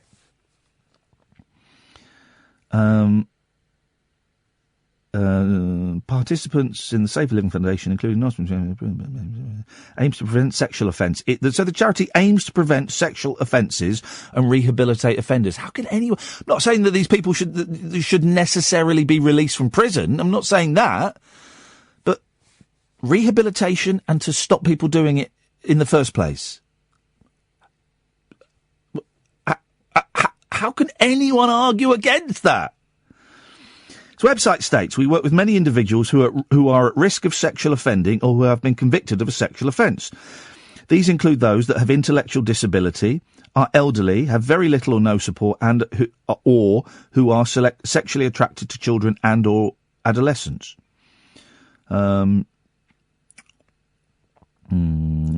Professor Belinda Winder, co-founder of the foundation, said the charity supports the rehabilitation and treatment of sexual offenders.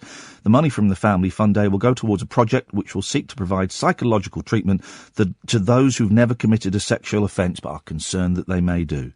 It was clear the money raised was going to the Safer Living Foundation. We're sorry that some people weren't aware of the charity's aims. And all of the papers are furious about this. Furious, and they're wrong to be. They're wrong to be. It's easy to get people angry with a story about pedos and nonces and flaming torches and pitchforks and all of that, but it's easy. How can anybody be angry at a charity, a money being raised for a project that will stop people offending? How? You can't be. 0344 499 1000. You can call in about that. You can call in about anything else. Katia, stay there. Come to you after this. The radio show for people who know the best part of the day is the night. Late Night Iain Lee on Talk Radio. We have ways of making you talk. 0344 499 1000 is the telephone number if you want to give us a call. Yes, Katia? Hello. Hello, Katia. Hello. Yesterday you did spread some false rumours about the adders, saying that they were not poisonous. Yes, you were spreading fake news about God's creatures. Yes, go on. No, you said. Oh no! C'est petit pois, c'est petit moi. No. You obviously have missed that Attenborough episode about adders because you said. I have met David Attenborough. Really? I have met him. I have sat opposite him on a sofa. Delightful. I've had a conversation with him, and the man is quite pompous. Oh. He's quite pompous and full of himself. Oh. Well, that's disappointing. Yeah, exactly. So I take everything he says with a pinch of salt. You know that most of the stuff in his programmes, he's not there when it's filmed. He doesn't even go out there to film it. You know that? Yes. And you know that, you know all of the sound. You know the sound, like they'll do like a film about ants, right? Yes. And you'll hear the ants scurrying along, and you'll hear it chewing and walking. And you know all of those sounds? Yes. They're not ants making those sounds. They're probably Foley artists. Well done. For those who aren't as knowledgeable about movies as Katia is, the Foley artists are the people, the fascinating people who we should go and meet a Foley artist. Actually, it'd be really interesting to meet one. Who sit in a little room and they're surrounded by boxes of what do they use to make the sound of walking in snow? Is it concrete powder? I can't. No, it's not. It's anyway, surrounded by boxes and chains and doors, and they make the sound effect. So 50%, 65% of what is in David Attenborough's programmes are fake. He's not there, and he's implying that he is. None of the sounds are recorded there, and they're implying that they are. Right. Nonetheless, it's serious because. I don't believe what you're about to tell me about adders if you got it from that faker. No. Because also I checked on the NHS website. The NHS website. Yes. Wow. Well, the snake bite. Where it's overly cautious, but go on. Yeah. It says. Okay, hold on a second. Yes. In the UK. Yes. Adders. See photo. There's a photo of an adder. Yes. Are the only venomous snakes found in the wild. I didn't say they didn't have venom. You said, they are not poisonous. No, Katia, calm down. I didn't say they didn't have venom, but you would have to be bitten by about 1,000 of them for it to even make you sick. No, because in West London or a few weeks ago, I sent this article because this guy. Here we go. What does it say? What does it say on the NHS website? How many adders do they say you need to get bitten by for it to be a danger? Right. They don't say. No, they don't. Tell me exactly what it says. This on the NHS website about an adder bite. Tell me what it says. This is dial 999 immediately. They're being overly cautious. If an adder, here we go. This is Talk Radio's official line. Okay, if an adder bites you, you'll be all right. The venom is so limp. I can't endorse that. I'm sorry. Well, you spread your fake news. Okay, when that's not done, people will see that you're a liar. Sorry about that. If I got bitten by a venomous snake, do you know what I'd do? If it bit me in the hand, what I'd do is I'd get my hand, suck, spit, suck, spit, suck, spit. Yeah. Go and have a cup of tea. Okay. Second thing, I had an excellent topic, but it's a bit. So that's one. Okay, so I've won that one. Okay, no, number you two. Haven't. Well, I have, Katia. You haven't backed this up with any evidence. Okay, only scientific evidence. No, you haven't. Saying a website saying if you get bitten by an adder, you should call 999. That's not scientific evidence. That doesn't mean anything. Okay. I was wondering when you were a teenager. Yes, Katia. And you listened to bands, probably the Monkees. Yes. Probably the Kiss. No, I didn't listen to Kiss when I was a teenager. I listened to the Monkees, Beach Boys, a lot of Beach Boys bootlegs. I had a lot of Smile tapes. Yes. Right. What is the first book that you bought because of the Monkees? It was a book by Glenn A. Baker, an Australian gentleman, and it was called Monkey Mania. Oh, okay. No, it's about the Monkees. It's not. What I wanted to say. Yes, Katia. Well, I've answered the question, and you don't seem happy with the answer I gave you from my own personal life. No, because obviously the Monkees didn't say, "Oh, we were inspired by that book, The Monkees." Blah blah blah. No. What? You asked me what was the first book I bought about the Monkees. I've told you. Why are you unhappy with that answer? Not about the Monkees, because of the Monkees. Because they read something they were inspired by. Right, okay, finally. So the first book I read, that I read because the Monkees had read it. Yes. I didn't read. Hello? I'm thinking. Oh. No, I haven't. Really? Yeah. So you still have got that to read? Because I bought a book because of a band. What book did you buy because of the Monkees? No, not because of the Monkees. The only book I read, because it was in a popular cultural thing, was when I was really into Lost, and they would draw attention to a book every now and then that was supposed to be like a spoiler. And it was a book by an Irish gentleman whose name escapes me, called The Third Policeman. Have you read that book, Kath? The Third Policeman. Mm-hmm. Oh, it's brilliant. It's this Irish writer. I don't know when he was writing, the 50s, 60s. It's surrealist, and it's wonderful. I'll dig it out. And you have a look at it, Kath, because I'd never read anything like it. The Third Policeman. It's a really famous book. And it's about being trapped in a kind of cycle, and that's sort of what Lost was about. Absolutely brilliant. Irish. It was incredible. I'd never read anything like it. Wonderful book. Okay. Didn't understand it, but sometimes works of art are better if you don't understand them, I think. Do you think you're going to like it again if you read it now? Yeah. Okay. So tell me the book that you got because of Lost. Oh, no, not Lost. Because of David Bowie, I got The Naked Lunch. I didn't understand anything. Is that Hunter S. Thompson? Is that Hunter S. Thompson?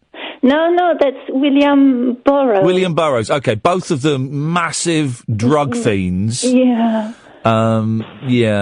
It's that's supposed to be hard work. Oh, okay, so it's not just me then. I've got so many books to read. I'm halfway through Will Storr's new book, and it's I've just not had time. I've been so busy to sit down and read it, and it takes quite a bit of. It's not one of these books you can read a couple of pages, and you've got to really work at it, because it's hard work. It's dense, but it's absolutely brilliant. I must tell him I'm reading it, otherwise he'll think I've read it and hated it. He's, like all writers, most writers, he's very insecure. Well, Katia, that was huh? No, I said okay. Okay, so I probably won that second point as well. Well, what was it? Yeah. 0344 499 1000. Late Nights with Iain Lee on Talk Radio. Late night conversation worth losing sleep over. Iain Lee. On air and off the leash. On Talk Radio. We have ways of making you talk. It's nearly the freaking weekend, guys. It's nearly the freaking weekend, guys. I don't think I've got anything this weekend. I don't think I've got anything this weekend. I don't think. Let's go to William. Good evening, William. Hi, guys. Hey, hey man. Just wanted to phone up to say that back in the 80s when I was growing up, my dad used to play a lot of songs to me when I used to go and see him on a Sunday. He used to play bands like Prefab Sprout, Levelers. Oh, yeah, yeah. Like I don't know if you know that kind of stuff. I do. I don't know a lot of the Prefab Sprout, but what I know of them, I like. Well, I never got into them that much, but the songs that my dad played to me, I really liked. Yeah. And the Levelers Levelling the Land album's really good. So Okay. I don't know the Levelers that well. I'm aware of them, but I don't know them that well. That's pretty much the only album for them that I know, to be honest with you. Yeah, that's all right. But I wanted to say cheers for the Voice of the Beehive interview. Oh, wow. Okay, cool, man. Was that another band that your dad played?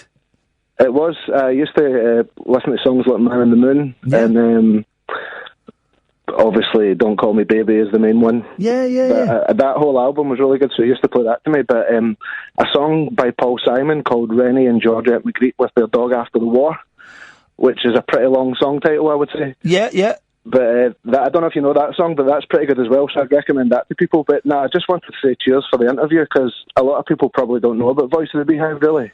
Yeah, they were. I mean, they had a handful of hits. They were never the biggest band in the world, and bands that appear to enjoy themselves a lot, as they did, I think are quite often dismissed. And that's, because it's only the bands that really take themselves seriously that we should listen to. And I think that's a shame. I'm really glad... It's just advertising and stuff like that. It's just a gimmick. They should listen to the actual music and appreciate it. Do you mind me asking... I'm assuming your parents split up, and that's why you only saw your dad on a Sunday. Yeah. And did you look forward to it? Was it a highlight of the week going to see your old man?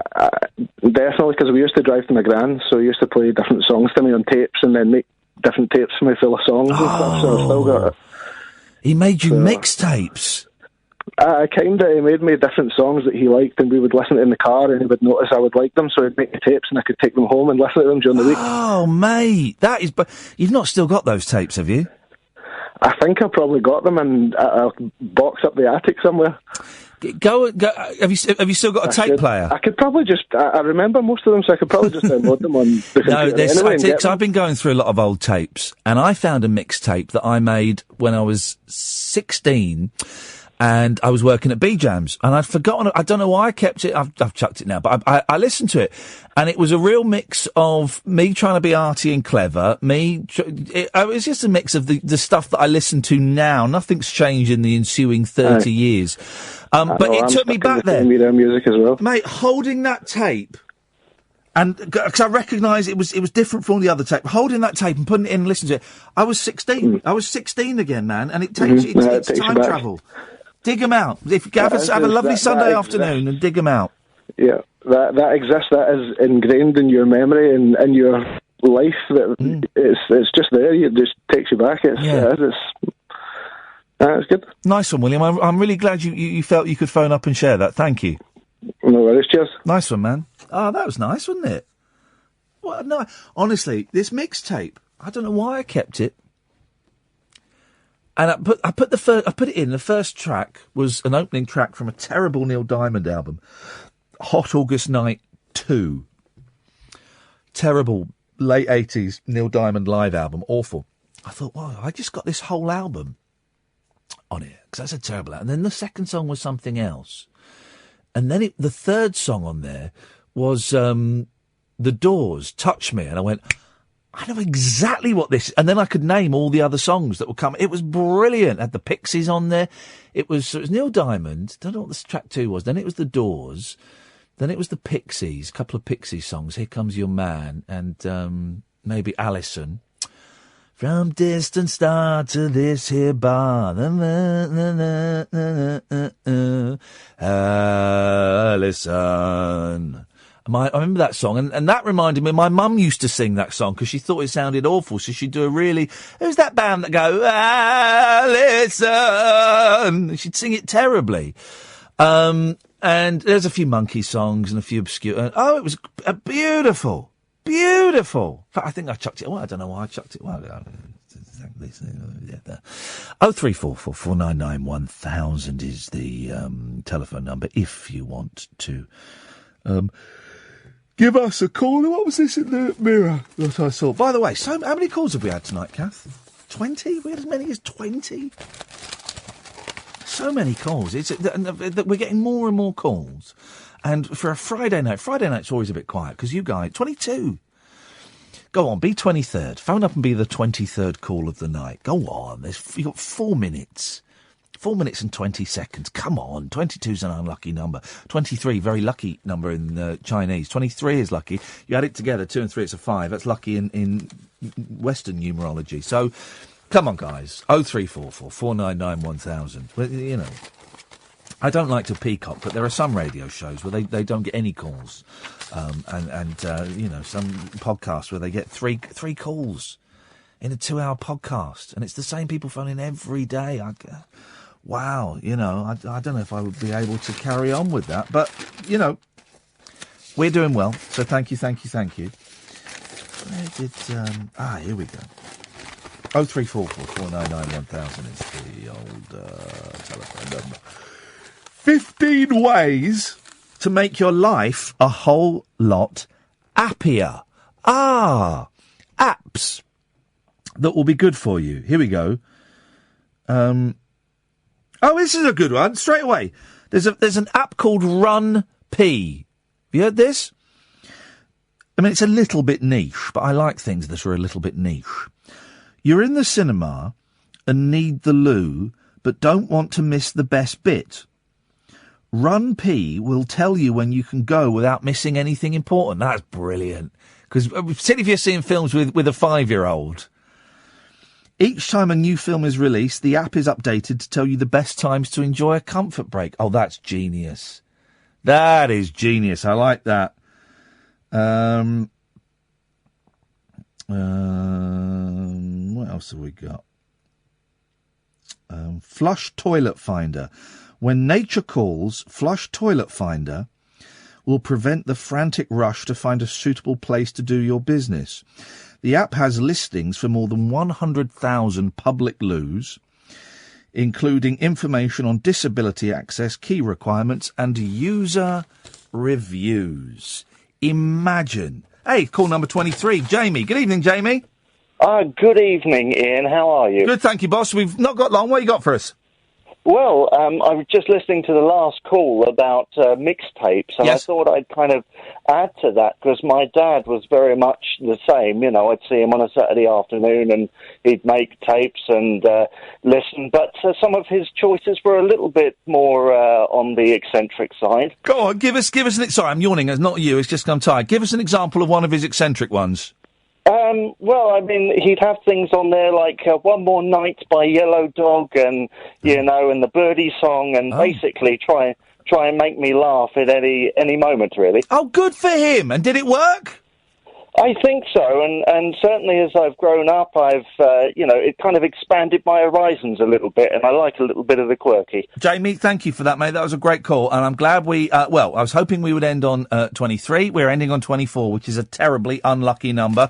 It's all Hugh Burns' fault. Good evening, Hugh. Good evening, Ian. Just a quick question, Ian. I know time is tight. Yes? Who plays the mamba? Who plays the mamba? Marconi plays the mamba, listening to the radio. Oh, very good, very good. Okay, so you're good. Okay, I'm impressed. Thank you very much indeed, Hugh Burns! Hugh Burns tried to own me in the dying minutes of the show, but he couldn't do it. Who plays the mamba? Oh, And on that bombshell... Oh, guys, listen. We built this city on rock and roll, huh? Thank you very much. Catherine and Ed, sterling work. Ed, thank you for trying to help with the technicalities. It is appreciated. Catherine, thank you for forgetting that you're on camera sometimes and pulling faces. That's appreciated. We're working on the YouTube stuff. We'll get there. Early days. Thank you, dear listener, and the viewers for your patience. Back on Monday at 10. Until then, have a nice weekend. Ta-ta. Talk Radio. Dial up some dialogue. Talk Radio. We'll get you talking.